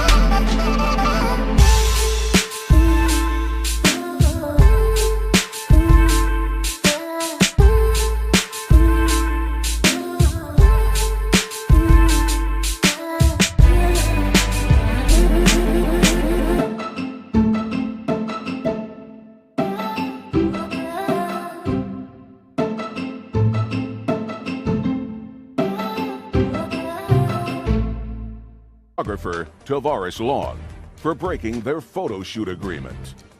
Court come to order. All rise. Have a seat, please. Kevin approaches the bench. Hello, Judge. Case number 2013, Davis versus Long. Thank you. You're welcome. Miss Davis, what do you do for a living? I'm a language interpreter. For whom? For hospitals or law offices. Is it your own business? Yes. What languages do you speak? Spanish and Portuguese. Tell me how you met Mr. Long, who was a photographer. I met Mr. Long as part of a social cycling group that I'm a part of. And so they have weekly cycling rides, and he's always there, and I'm usually there too. So according to what I read in your complaint, you got to chatting with Mr. Long, and sometime in October of 2021, so not quite a year ago, the two of you discussed him taking photographs of you to be used on his website, on his business website. That's a photography website, sir? Yeah, but we didn't discuss, we just discussed doing a photo shoot together. Yeah. Well, that's what I said. Yeah, yes, ma'am. Don't say no unless, Yeah, I mean. I already live with people who say no just to say no. Tavares grins. You discussed taking photographs of her for your website, doing a photo shoot, and in exchange for that, she would get a free copy of the photographs. That's what you discussed. Yes. That a fair statement? Yes. Is that a fair statement? Of some of the photos, yes. I don't think that you said some of the photos. You said, you sit for a photo shoot for me, that I can use the pictures on my website. That's not what. Well, are you in the business of photography? Yes, ma'am. Is that how you make your living? Yes, ma'am. People paying you to take pictures of their wedding, communion, bar mitzvah, bat mitzvah. Yes, ma'am. Yes, Your Honor. Right? Anything else? Birthday parties. And in order to do that, you have to show off your best work. Yes. And if you ask a model to do that, so that you could use a model, just as you get paid for your work, so would the model. Right. So what you did with her was barter. You bartered her time in sitting for a shoot for her to get something in return, which were copies of the photographs. That doesn't mean that she owns them. You were free to use them on your webpage, on your business webpage. Am I outlining your case? Yes, more or less. Okay, so now I will summarize what the case is about. According to what I've read, the two of you looked at the photographs and you picked out about 30 that you liked, according to somebody. He got you the 30 pictures, but then you saw a picture, don't shake it, you saw a picture that you didn't have that was posted on his website, that he hadn't given you. Well, he hadn't given me any of the pictures. I was able to view some. With 30 photographs downloaded so that you could see them on your computer. No, he sent me a Google Drive link for 29 photos. Okay. That I couldn't download. I could only view. Okay. Did you tell him that you couldn't download them? Yes. Did he repair that? No. So now you want to be compensated to the tune of $2,500 for using your pictures on social media. That's what you asked for in your case. Yes, for using them to promote his business. That's okay. Well, you knew he was going. I did. Okay, Miss Davis, you knew that he was going to use the photographs to promote his business. That was your contract. Mm-hmm. That's not that's a yes. Yes, ma'am. That was your contract. Your complaint is that he did not fulfill his entire end of the bargain by getting you copies of all the pictures. Yes. Okay. And you have a nonsense counterclaim, Mr. Long, because you want money for compensation for a photo shoot. That was never... No. Well, what I want money for is a nonsense counterclaim for a nonsense suit. No. What I want money for is if she wants me, because she actually, I want you to take down every photo and delete everything you have. Well, if you want to, that means if you want to own the rights to the photos, this is what it's going to cost you. You've not just a second. She doesn't want all the rights to the photos. She can't. That's what she called me saying. Okay. But she can't modify the agreement. Agree. If I find, which seems absolutely logical, and I don't know why you just wouldn't do it, give her the photographs, which you bargained for, so that she got copies of them in exchange for you using them on social media. That seems to be perfectly simple, Mr. Long. Did she ever notify you that she couldn't download No. the 29? You know when she notified me?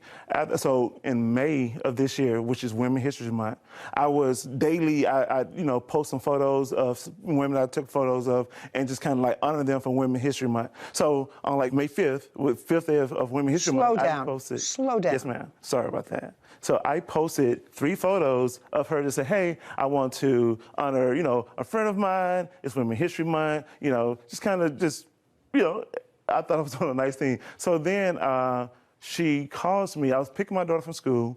Well, she emailed me. I don't know if she emailed me Does first. this have something really important to do with this case? Yes. Oh, well, they'll get there, please. Yes, I'm ma'am. not interested in picking right, your daughter up from school. But you asked me when did she notify me. So 5 months later, she notified me in May. The photo shoot was in November. But you asked me when did she notify me? She told me this right as all of this, as she wanted to start an argument. Mr. Long, yes, you ma'am. can talk from today till tomorrow. I know, I'm long-winded. What the agreement yes, ma'am. is clear. She sat for you. How long was the photo shoot? Don't look at me. How long was the photo shoot? Almost 5 hours. How long was the photo shoot, Mr. Long? No, it's about about 3 hours. About 3 hours. Okay, so anywhere between 3 and 5 hours. Ma'am. Anywhere between 3 and 5 hours. Well, it definitely wasn't 5. She said it was wintertime, so it got dark early. We were outside at Cascade Nature Preserve. So I'm getting so bored. I know, with I'm you. sorry. But yeah. Anywhere between 3 and 5 hours. And if you shot 100 pictures during that time? Oh, no, much more. So how many pictures did you shoot? Probably 300-400. I mean, it was a lot. Not so. No, yeah, well, because this is important. So what happened is that we did a lot of motion shots. So which means that I put the camera in high continuous shutter mode. So while she's moving, I'm capturing I'm just taking photos, right? And then we choosing out of which motion that looked best. No, just a second. Yes, ma'am. You have to send her the copies of the photographs that you took. That was an agreement, Your Honor. Because why would I send you every photo and I'm going to have work out there with my name on it that something, because you blinked and we moving. We taking action shots. I'm never, just a second. Do you think, hey. Yes, ma'am. Do you think that this woman is going to put out a photograph anywhere that looks terrible of her? Yeah, see, that would be right. That would be ridiculous. See, we have a difference in opinion, right? She may think this is a nice one, and as a photographer, I'm like, and another photographer sees it, they're like, this is kind of garbage, right? And so I'm never going to give somebody something that I wouldn't approve of myself. Oh yes. Ever. Well, what I'm telling you, Mr. Long, was that was not your agreement. Yes.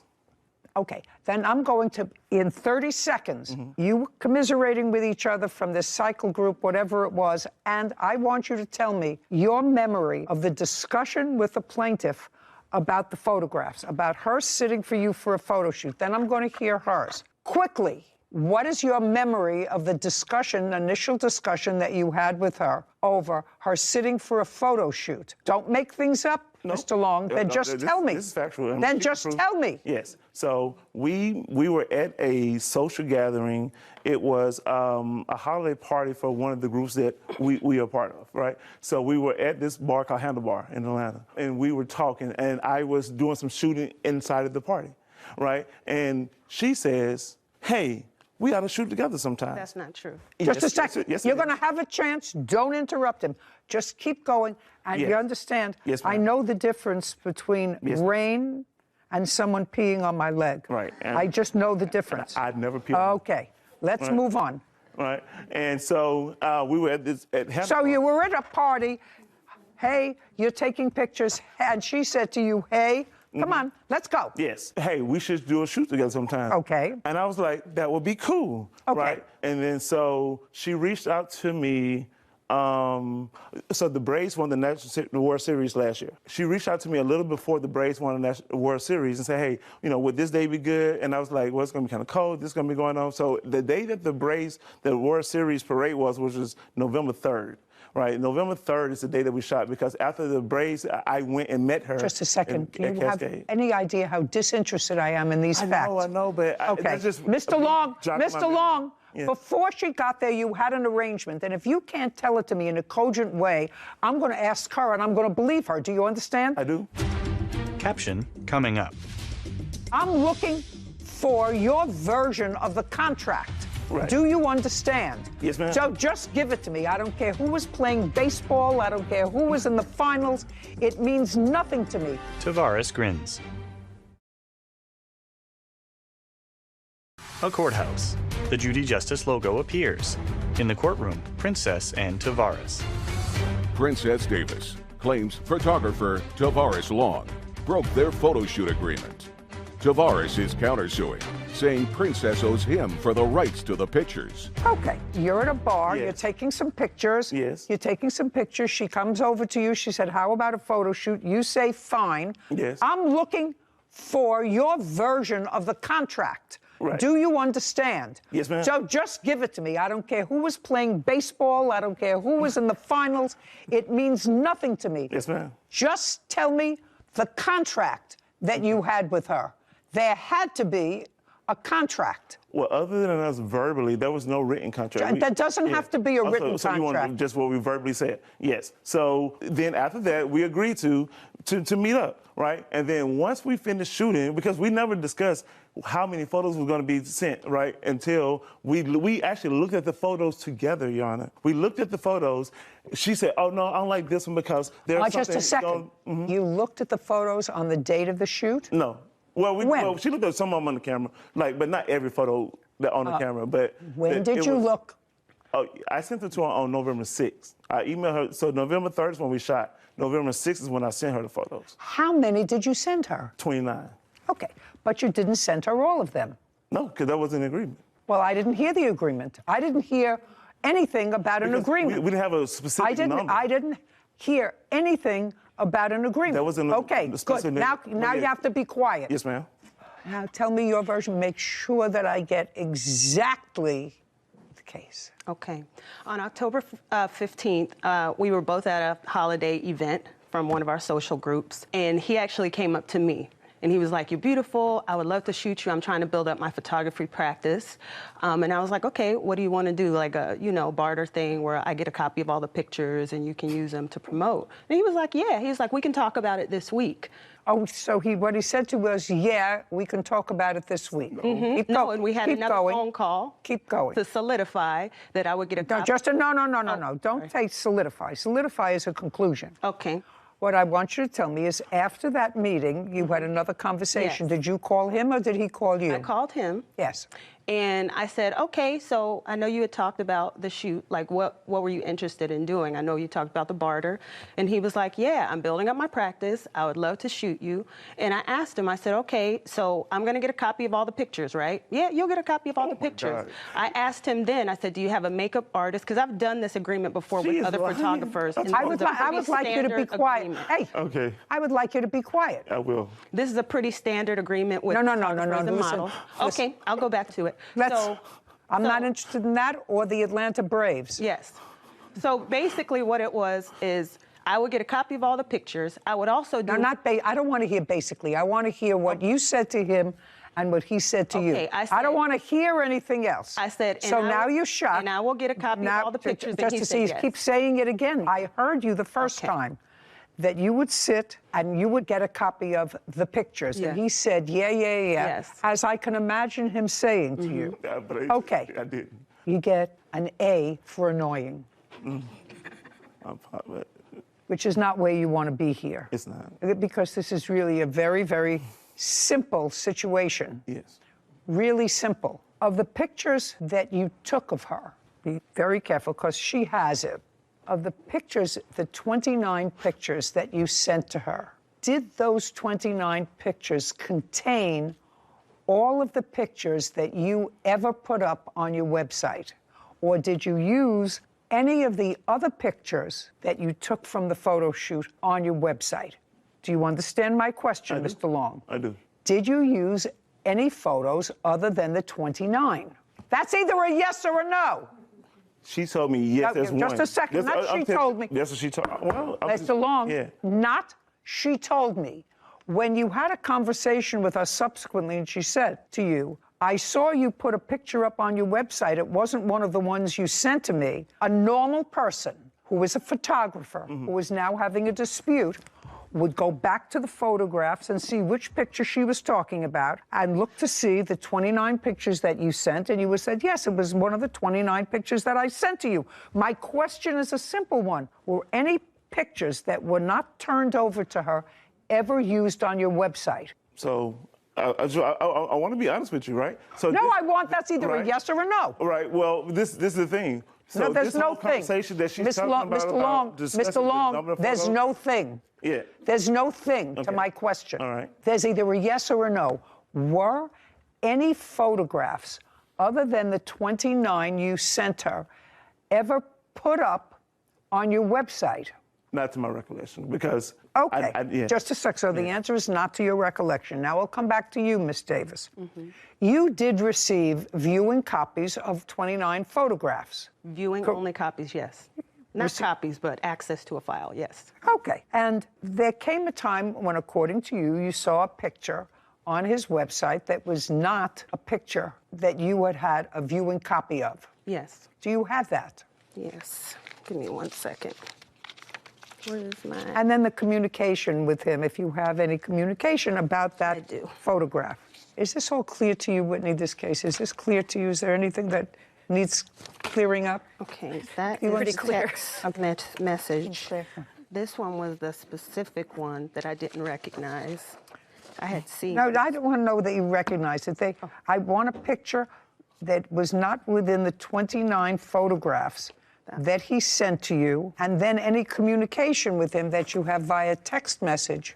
That's the text message. That's a lovely photograph. Thank you. Yeah, she got it for free. Text messages. You can also. Oh. Judy reviews a document.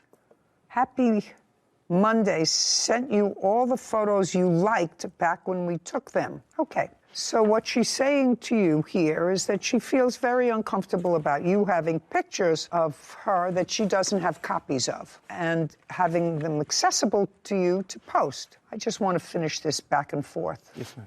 She does say, if you don't want to send her all the pictures, just delete them all from whatever hard drive you have and take her pictures down from any social media. Did you do either one of those things? That's what this back and forth seems to talk about. I didn't, and I was never going to do it. Because... Okay, just a sec. I didn't ask you if the answer is no. Okay, no. Where are the photographs now, Mr. Long? The photographs, I use, scan discs, so they're on the SD card. So very easy to make another one and just give her a copy, is that right? No. What, it's hard? Is that hard, Sarah, to make a copy of that memory chip? What do you have to do? I don't think so. I mean, I've seen people do that before. They plug something in, they plug something in at the other end, and then one transfers to the other. Am I wrong? It's not hard, no. What? It's not. I think he's saying it's not impossible. He's Oh, just not going to do nothing's impossible. But one, I don't send all photos to anyone. I've never sent every photo that I've taken of someone. I've never done it. Then, Mr. Long, I don't care what you've never done. Right. Then, shh. Why don't you try listening? Princess smirks. Caption coming up. Well, the one that tends to benefit the most from the contract, business-wise, is you. You see, these photographs are not her business. You want to use these photos for her business. Do you see my mouth moving? Yes, ma'am. Why don't you be quiet and just listen? Tavares grins. A courthouse. The Judy Justice logo appears. In the courtroom, Princess and Tavares. Princess Davis has accused photographer Tavares Long of withholding photos from their photo shoots. Tavares says he can keep the photos he chooses because he owns them. Okay, if there is ambiguity in an oral contract, two things should happen. First of all, the one that tends to benefit the most from the contract, business-wise, is you. That's not her business. You see, these photographs are not her business. She does... You want to use these photos for her business. Do you see my mouth moving? Yes, ma'am. She works as an interpreter. So she doesn't need for her job as an interpreter photographs like this. They're nice to have to look through a book, nice to have professional photographs taken. I know Sarah loves to do that. All right. But this is your business. It is. And if you put up, why don't you be quiet and just listen? If you put her picture up on your website, you're the professional at photography, so that you have to create a contract. You. Not her. This is a sport for her. This is social. She said she models and she wanted something for her portfolio. She may want something, which is why she sat for you. She doesn't have the photograph, so you have two choices. Either you give her a copy of that drive that you have, you still own the pictures. Anytime that she wants to use the pictures, you have to get credit for the pictures. I'm never going to give somebody every photo because I don't want any work out there that is not standard for my business to be out there and somebody post it. We took action shots. I'm not giving you shots and you blinking. Mr. Long, Mr. Long, you came here and signed a document before you came into court today that you were going to be bound by any decision that I made.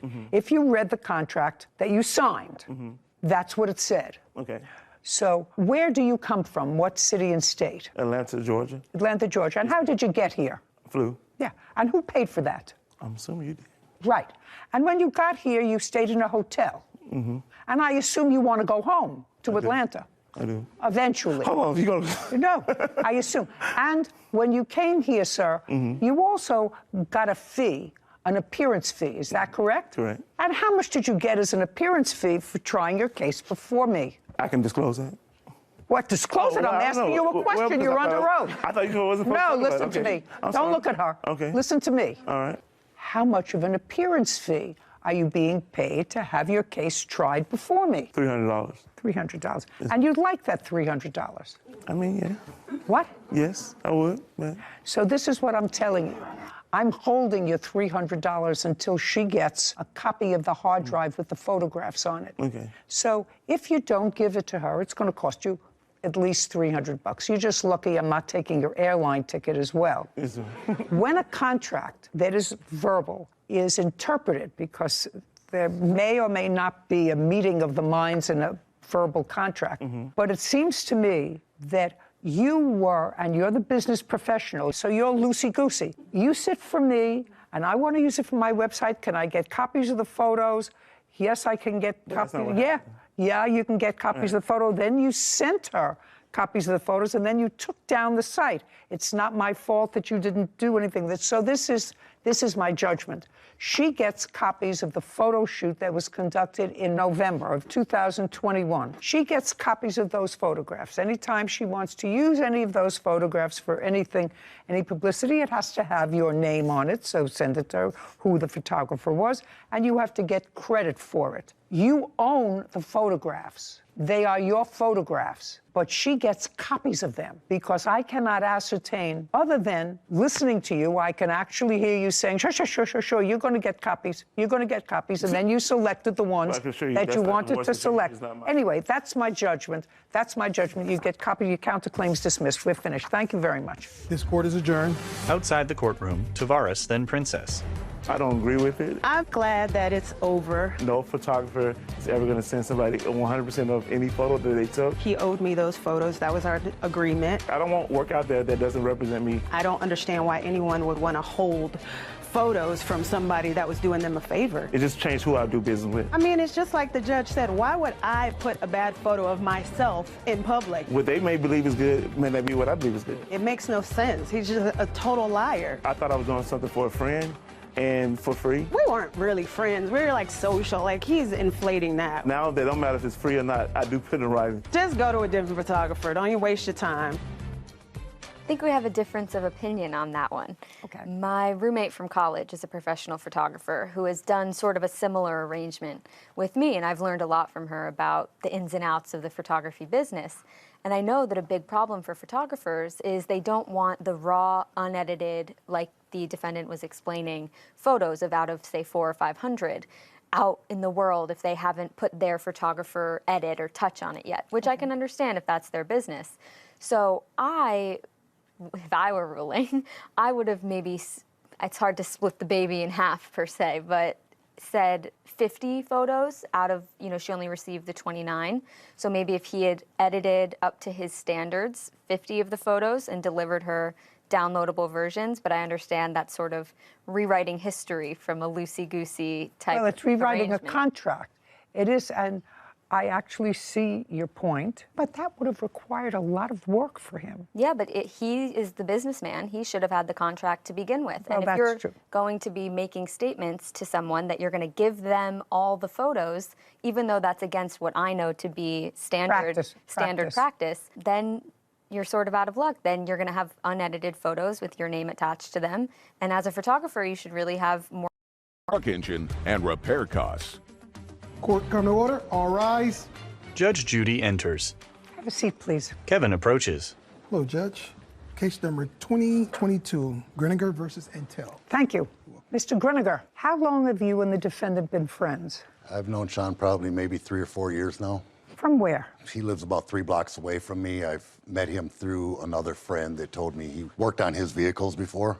You did mechanical work? Yes. What kind of business are you in? Construction, you name it, anything construction. And you have a couple of trucks? Yes. How many? I have one commercial vehicle and then I just have a Chevy Avalanche. The commercial vehicle, would you describe it to me? That's the one he was supposed to work on? Yes. Describe it to me, please. It's a 16-foot box truck. How old? 97. 1997. Yes, ma'am. It's as old as Sarah. Sarah nods. And I suppose it needed a little work. Yes. And you took it to your friend. Yes. Did you drive it over there to his house 2 or 3 blocks away? Did you have it towed over to his place? We had to have it towed over there. It was operable before. But you had it towed? Yes. Yeah. And what month and year did you have it towed there? I believe this started in June of 2020. And Mr. Antel, you looked at it and you determined it needed a new engine. Well, I looked at it. Actually, I did some work prior to that. The intake manifold gasket was... You mean before June of 2020? Yes. And then the truck was running? Then he took back... Running very crappy. So it was not running well even after you fixed it? After I put the intake gasket on, I had it started, it made the same noise. We decided to put an engine in it.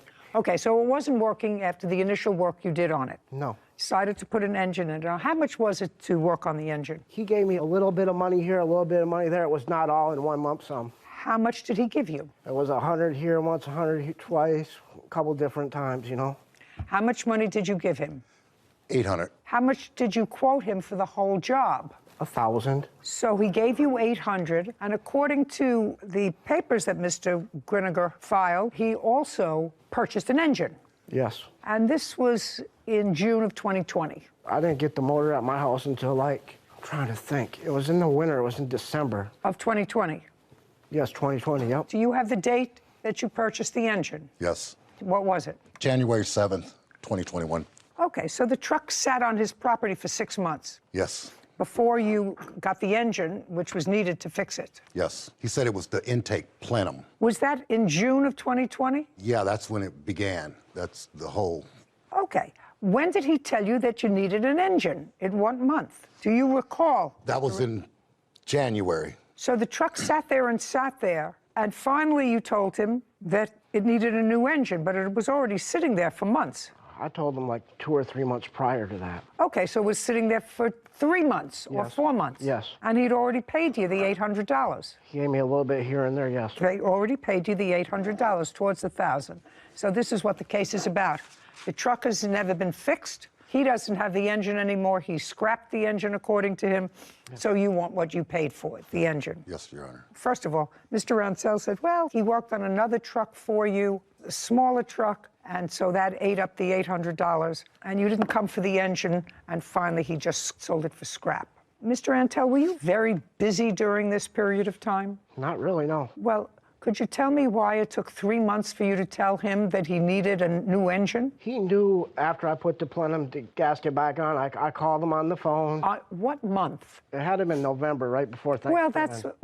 So at the end of November. So you had the truck since June. Yeah. June, July, August, September, October. You had the truck 6 months. Could you tell me why? Why? I had problems with it. I couldn't get the bumper off. I couldn't do none of that. Well, but that's your responsibility. You undertook a job. Yeah, I took the job because he was supposed to help me, and he never did. He was supposed to help you put in the new engine? Help me get the bumper off, and then I had problems with the city of Brooklyn Center. No. He was supposed to help you get the bumper off, and because you couldn't get the bumper off, you couldn't do the engine. Is that what you're telling me? Yeah, because it was rusted solid. Shh. I assume, I've read your papers, I assume this is the mechanic that you say helped you work on another car for him that you gave money to? Yes. Okay, so that's why he's here. Yep. Okay. In what month and year did you fix this other car? January of 2021. 2022. So in January 2022, the truck was where? The Avalanche. The big one. At his house, at Mike And he Rager's. brought you another truck? Yes. Which other truck did he bring you in? The Chevy Avalanche. The big truck, the commercial truck, is now back at his house. Yes. And it went back to his house because they were going to tow it from the city. Yes. And you say in January, he then brought you a different truck. Yes, of 2022. That you worked on. Yeah, completed it. Just a second. Do you recall that, sir? No, it's not exactly how it went. Did you, in January of 2022, did you bring him, you had the big commercial truck back at your house because it had to be moved. Yep. You hadn't gotten your $800 back. Nope. And he still had the engine. Yep. In January of this year. Yep. So, yep is not an answer, yes is an answer. So, why, sir, under those circumstances, would you bring him another car to fix? You have a driver's license? It's currently suspended. How long has it been suspended, Mr. Gruniger? About a year now. Now, why is that? Have you had accidents in the past? Yes. Yes. Yes, serious ones. Yes. A courthouse. The Judy Justice logo appears. In the courtroom, Michael and Sean. Michael Griniger claims truck mechanic Sean Antle owes for a truck engine and repair costs. Sean is countersuing, claiming Michael filed a false police report against him. Now, you hadn't gotten your $800 back. Nope. And he still had the engine. Yep. In January of this year.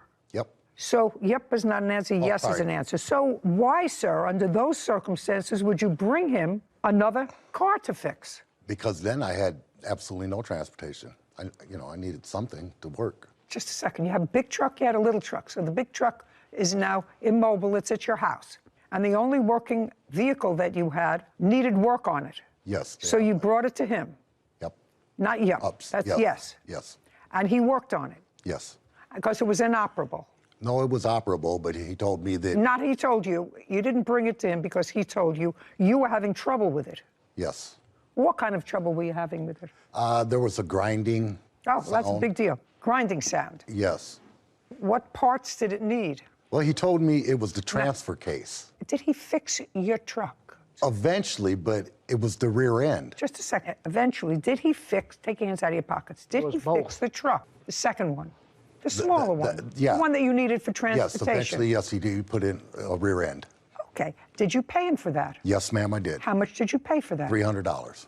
How long did he have it? Oh, he did that within about a week. 2 days. 2 days. Okay. So it took you 2 days? Yes. Did you give him a bill for that work? I didn't give him nothing, just a word of mouth. He says that he gave you $300 to fix that car. Did he give you $300 to fix that car? No, he did not.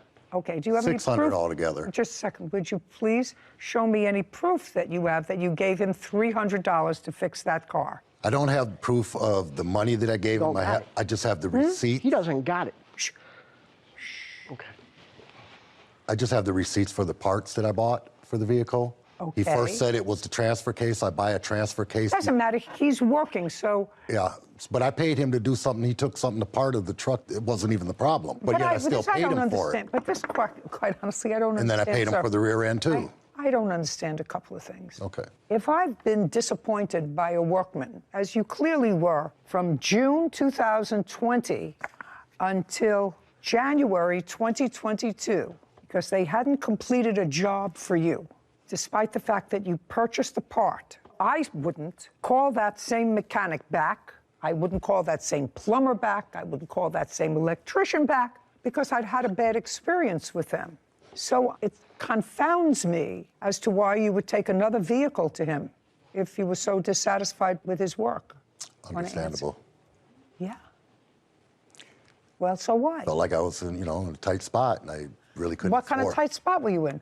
Where do you live? I live in Minneapolis. Minneapolis, that's a big town. There are lots of mechanics there. There are lots of auto repair, truck repair. Yeah, but I really financially couldn't afford legitimate.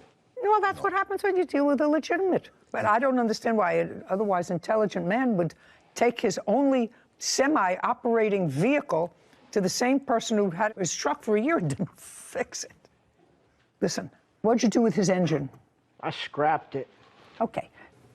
Don't be mad at me. Huh? Don't be mad at me. I'm not. I love you. Okay, good. Whitney grins. Thank you. When did you scrap it? The end of April of 2022. Did you give him any notice that you were going to scrap his engine? No, I did not. There's a false police report made against me. Okay. I have the case number and the officer's number. Okay, just a sec. So you retaliated because that's your counterclaim, that he filed a false police report, as a result of which, and the false police report said that during the course of a heated argument about this truck, that he says that you pulled a gun and did not filed a police report. No, I didn't. Don't. You did. Prove it. You can't. Mr. Rantel. Judy glares at Sean. And that's your counterclaim, that he filed this false police report and nothing ever came of it except you were embarrassed by being questioned by the police in front of family members. Yes. And as a result of that false police report, you threw away his motor. Yes, ma'am. Okay, well, you can't do that. That you can't do. How much did you pay for the motor, sir? $690 plus I paid $100 for delivery of the motor. I'd like to see the invoice for that. I got the invoice for the motor, but That's not... all I need. Okay.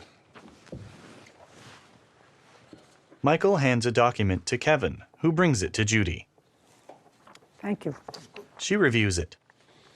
So, Mr. Rantel, so that we're clear, you have to understand you can't get even by selling somebody else's property. I didn't What you sell do? it. I didn't sell it. I Scrap. gave it away. It doesn't matter. By disposing of. Let's make it disposing of. When you say you scrapped it, you mean nobody gave you $10 for it? Not a dime. Okay, then you can't give it away in retaliation. Why for not? filing. Why not? It was in my possession. No, because you took. Try to put me in jail for not just a something I second. didn't do. Just a second. I'm speaking. I'm speaking. You cannot sell someone else's property in retaliation for them doing something to you when you have legal recourse. Your legal recourse is to come here and file a case. You did it as a counterclaim and say he filed a false police report against me that I was using a gun. So that's what you do. The response to that isn't, I'm going to sell his property. That's not your response. You know, when I used to sit in family court, I had young people, one of whom was selling drugs for a very long time, heavy drugs. Kid, 15, 16 years old. And he had 6 or 7 priors for selling heavy-duty drugs. And I tried that case, and there was no question he was selling drugs. And his lawyer's argument at the disposition stage of that case was he was selling drugs because his grandmother died. I said, I lost all my grandparents, and I was close to my grandparents. I did a lot of things. I grieved, lost my appetite for a while. I was sad, but I didn't sell drugs. So when somebody does something to you that you believe is against the law, your responsibility is you file a case against them. Right. You proceed legally against them. You don't take it out in another way,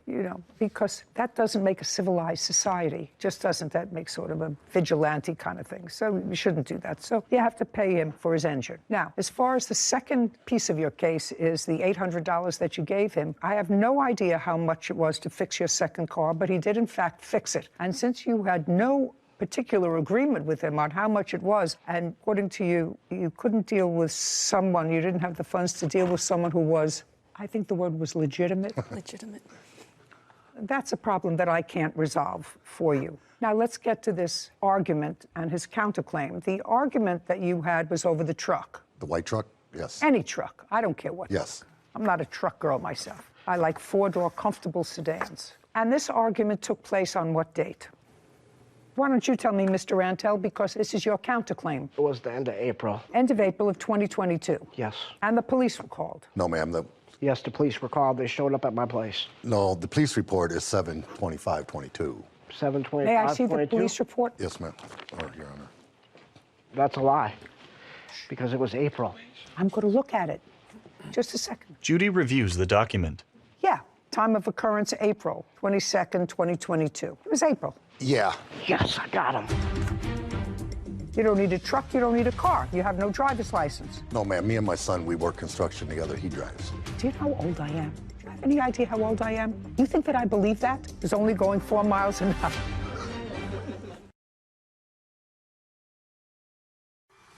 A courthouse. The Judy Justice logo appears. In the courtroom, Michael and Sean. Michael Griniger is accusing truck mechanic Sean Antle of wrongfully selling his engine and threatening him. Sean claims Michael accused him of flashing a gun he never owned. Now, I'm going to look at it. Just a second. Judy reviews the document. Yeah, time of occurrence, April 22nd, 2022. It was April. Yeah. Yes, I got him. You have a driver's license? It's currently suspended. How long has it been suspended, Mr. Griniger? About a year now. What were you doing driving a vehicle? I wasn't. They were towing the vehicle with a tow chain. I understand that. But you drive a vehicle, sir. I was steering the vehicle. What does that mean, you were steering the vehicle? Driving it. The vehicle Just- moving at 4 miles an hour. I don't care if it was Behind- running backwards. I just asked you. You have no license because, according to the police, you having a driver's license would be inimical to public safety. That's what it says here. Now, why is that? Have you had accidents in the past? Yes. Yes. Serious ones? Yes. Okay. You don't need a truck. You don't need a car. You have no driver's license. No, ma'am. Me and my son, we work construction together. He drives. Do you know how old I am? Do you have any idea how old I am? You think that I believe that? It's only going 4 miles an hour. I will set the rules of what it is that means driving. You go 5 miles an hour, it's really not He lives driving. 3 blocks away from him. We were just I don't care. towing it down the street. I don't care whether you were in the kitchen, he was in the laundry room. And when you spoke to the police, Mr. Griniger, there were 2 other witnesses, and you would not give them the last name or contact information for either of them. Is that right? That's what it says here, unless it's calling Yeah, the I police didn't know lies. his last name, and you wouldn't give them your son's name because you say he doesn't like police. that I want to make straight. That is not true. I would not tell a police officer my son It should doesn't be like noted that police. Griniger stated that Michael Jr. would not give a statement because he didn't like police. Right. As well as That's Griniger not would true. not My little give the brother's phone a number police for Michael officer. Jr. I'm just telling you, I'm reading you what I know, I'm what sorry. you handed me. It's your evidence. Yep, I'm sorry. Okie dokie. Did you make an application, Mr. Griniger, for any sort of protective order against him? No. No. You were advised by the police that you could do that if you wanted to. No. Interesting. Yeah, that report is interesting. It was you, your son, and this person, Kyle, who were present, and only Mr. Antel. Is that right, when this confrontation took place? Yes. And according to you, you got out of your truck and you started walking towards him aggressively. That's according to you. That's not true. He's 40 feet away from me. No. I can't hear that well. According to you, I'm reading you what your police report says, sir. Yeah, but I'm reading what your police report says based upon what you told the police at the time back in April. it's not entirely correct. Griniger stated that he started advancing towards Antel. Griniger also stated that he called Antel while he was walking towards him. It should be noted that Griniger stated, and this is all on body cam, that he was walking towards Antel aggressively. Griniger stated that Antel then pulled what he described as a black handgun out of his sweatshirt pocket. He described it as black and silver trim. He stated that he did not point it or say anything, just showed it to him to make you aware that he was carrying. And after the police interviewed both of you and confirmed the 2 people with you were out and you were walking and confronting him aggressively, called his names, and could not confirm the fact that he had a gun, took out a gun, not pointed it to you, just showed you that he had it, they decided to do nothing. That's what you're telling me. That's what this report says. Yeah, they didn't validate it as a threat. They did not validate it at all. Right. Okay, so, Mr. Rantel. Yes. What happened after that report is that police officers came to your house to ask you about that. Yes. Right? And you said, related practically the same thing that Mr. Griniger did to the police, that he approached you, that he called you a name, that he was aggressive. You said all of that. Yes. But you said you did not have a gun. That's right. Okay. And this is not meant to hold you criminally responsible for anything. Mr. Antel, have you ever had possession of a gun? No. Ever in your life? No. Did you ever purchase a gun? No. In your state, in order to purchase a gun legally, do you have to go through a process or is it a carry state? You gotta go through a legal process. You have to? Yes. Okay. Were you ever arrested for carrying a gun? No. Other than your statement that he showed you that he had a gun, and how far was he standing from you? About 40 feet. 40 feet away. And you saw him take something out of his sweatshirt pocket. He didn't remove it out of his pocket. He removed his hand covering it. What does that mean? It was in his pocket. He was wearing a hoodie. How do you know it was in his pocket? What do you have, X-ray vision? No, my son seen it because his vehicle was right alongside his vehicle. So my son seen it, and then when he got back in his car and pulled up another 10 feet and got out of his car, turned around and said, yeah, bring it, and a few expletives, and then pulled his hand out of his hoodie pocket and revealed the handle of the gun. Just a second. So you're saying at that time you saw it? Yes. You saw it, not your son My 40 son feet away, seen it not on the son seat 40 of his feet away. car. That's a lie. But And you then saw he reached in and grabbed it and put it in his sweater, because when he got back out of the car to face me is when he decided to show me he had a gun. Okay. Were you out of your truck at the time? Yes, I was standing beside Okay, him. so you were out of your truck. And what about your son? Was he out of the truck? Nope. He was in. What about Kylie? He remained in the truck too. He was the one in front pulling the truck that I was steering, and he was following behind. It was a little convoy. And Mr. Rantel was by himself? Yes, he was driving down the street in the opposite direction. Mr. Rantel, I am not satisfied, quite frankly, and cannot make a determination whether or not you had a gun, or what appeared to be a gun, or what appeared to be something in your pocket, or whether you even moved your hand in your pocket to demonstrate maybe you had a weapon. I don't find that the acts that you allege that he committed by filing this false police report is something that I can justify giving you a financial award for, because I'm not so sure that you didn't have something in your pocket. I'm not sure. In any event, Mr. Rantel, you owe him for the engine that you discarded in a peak. You can't do that. Cost of the engine was $590, right? $590. Judgment for the plaintiff. We're finished. Your Honor. Court is adjourned. I was kind of in a hard spot. I needed my truck fixed. Try to push me and push me. I trusted him. It didn't work today. I won. Truck is inoperable. It's sitting in my backyard. I worked for what he gave me. So I really couldn't afford, like I said, a legitimate shop or a mechanic. I've never owned a pistol. Yeah, he's lying. Basically, if I'm gonna fight, I'm gonna fight with my bare hands. Don't do anything without any receipts. Our friendship is through.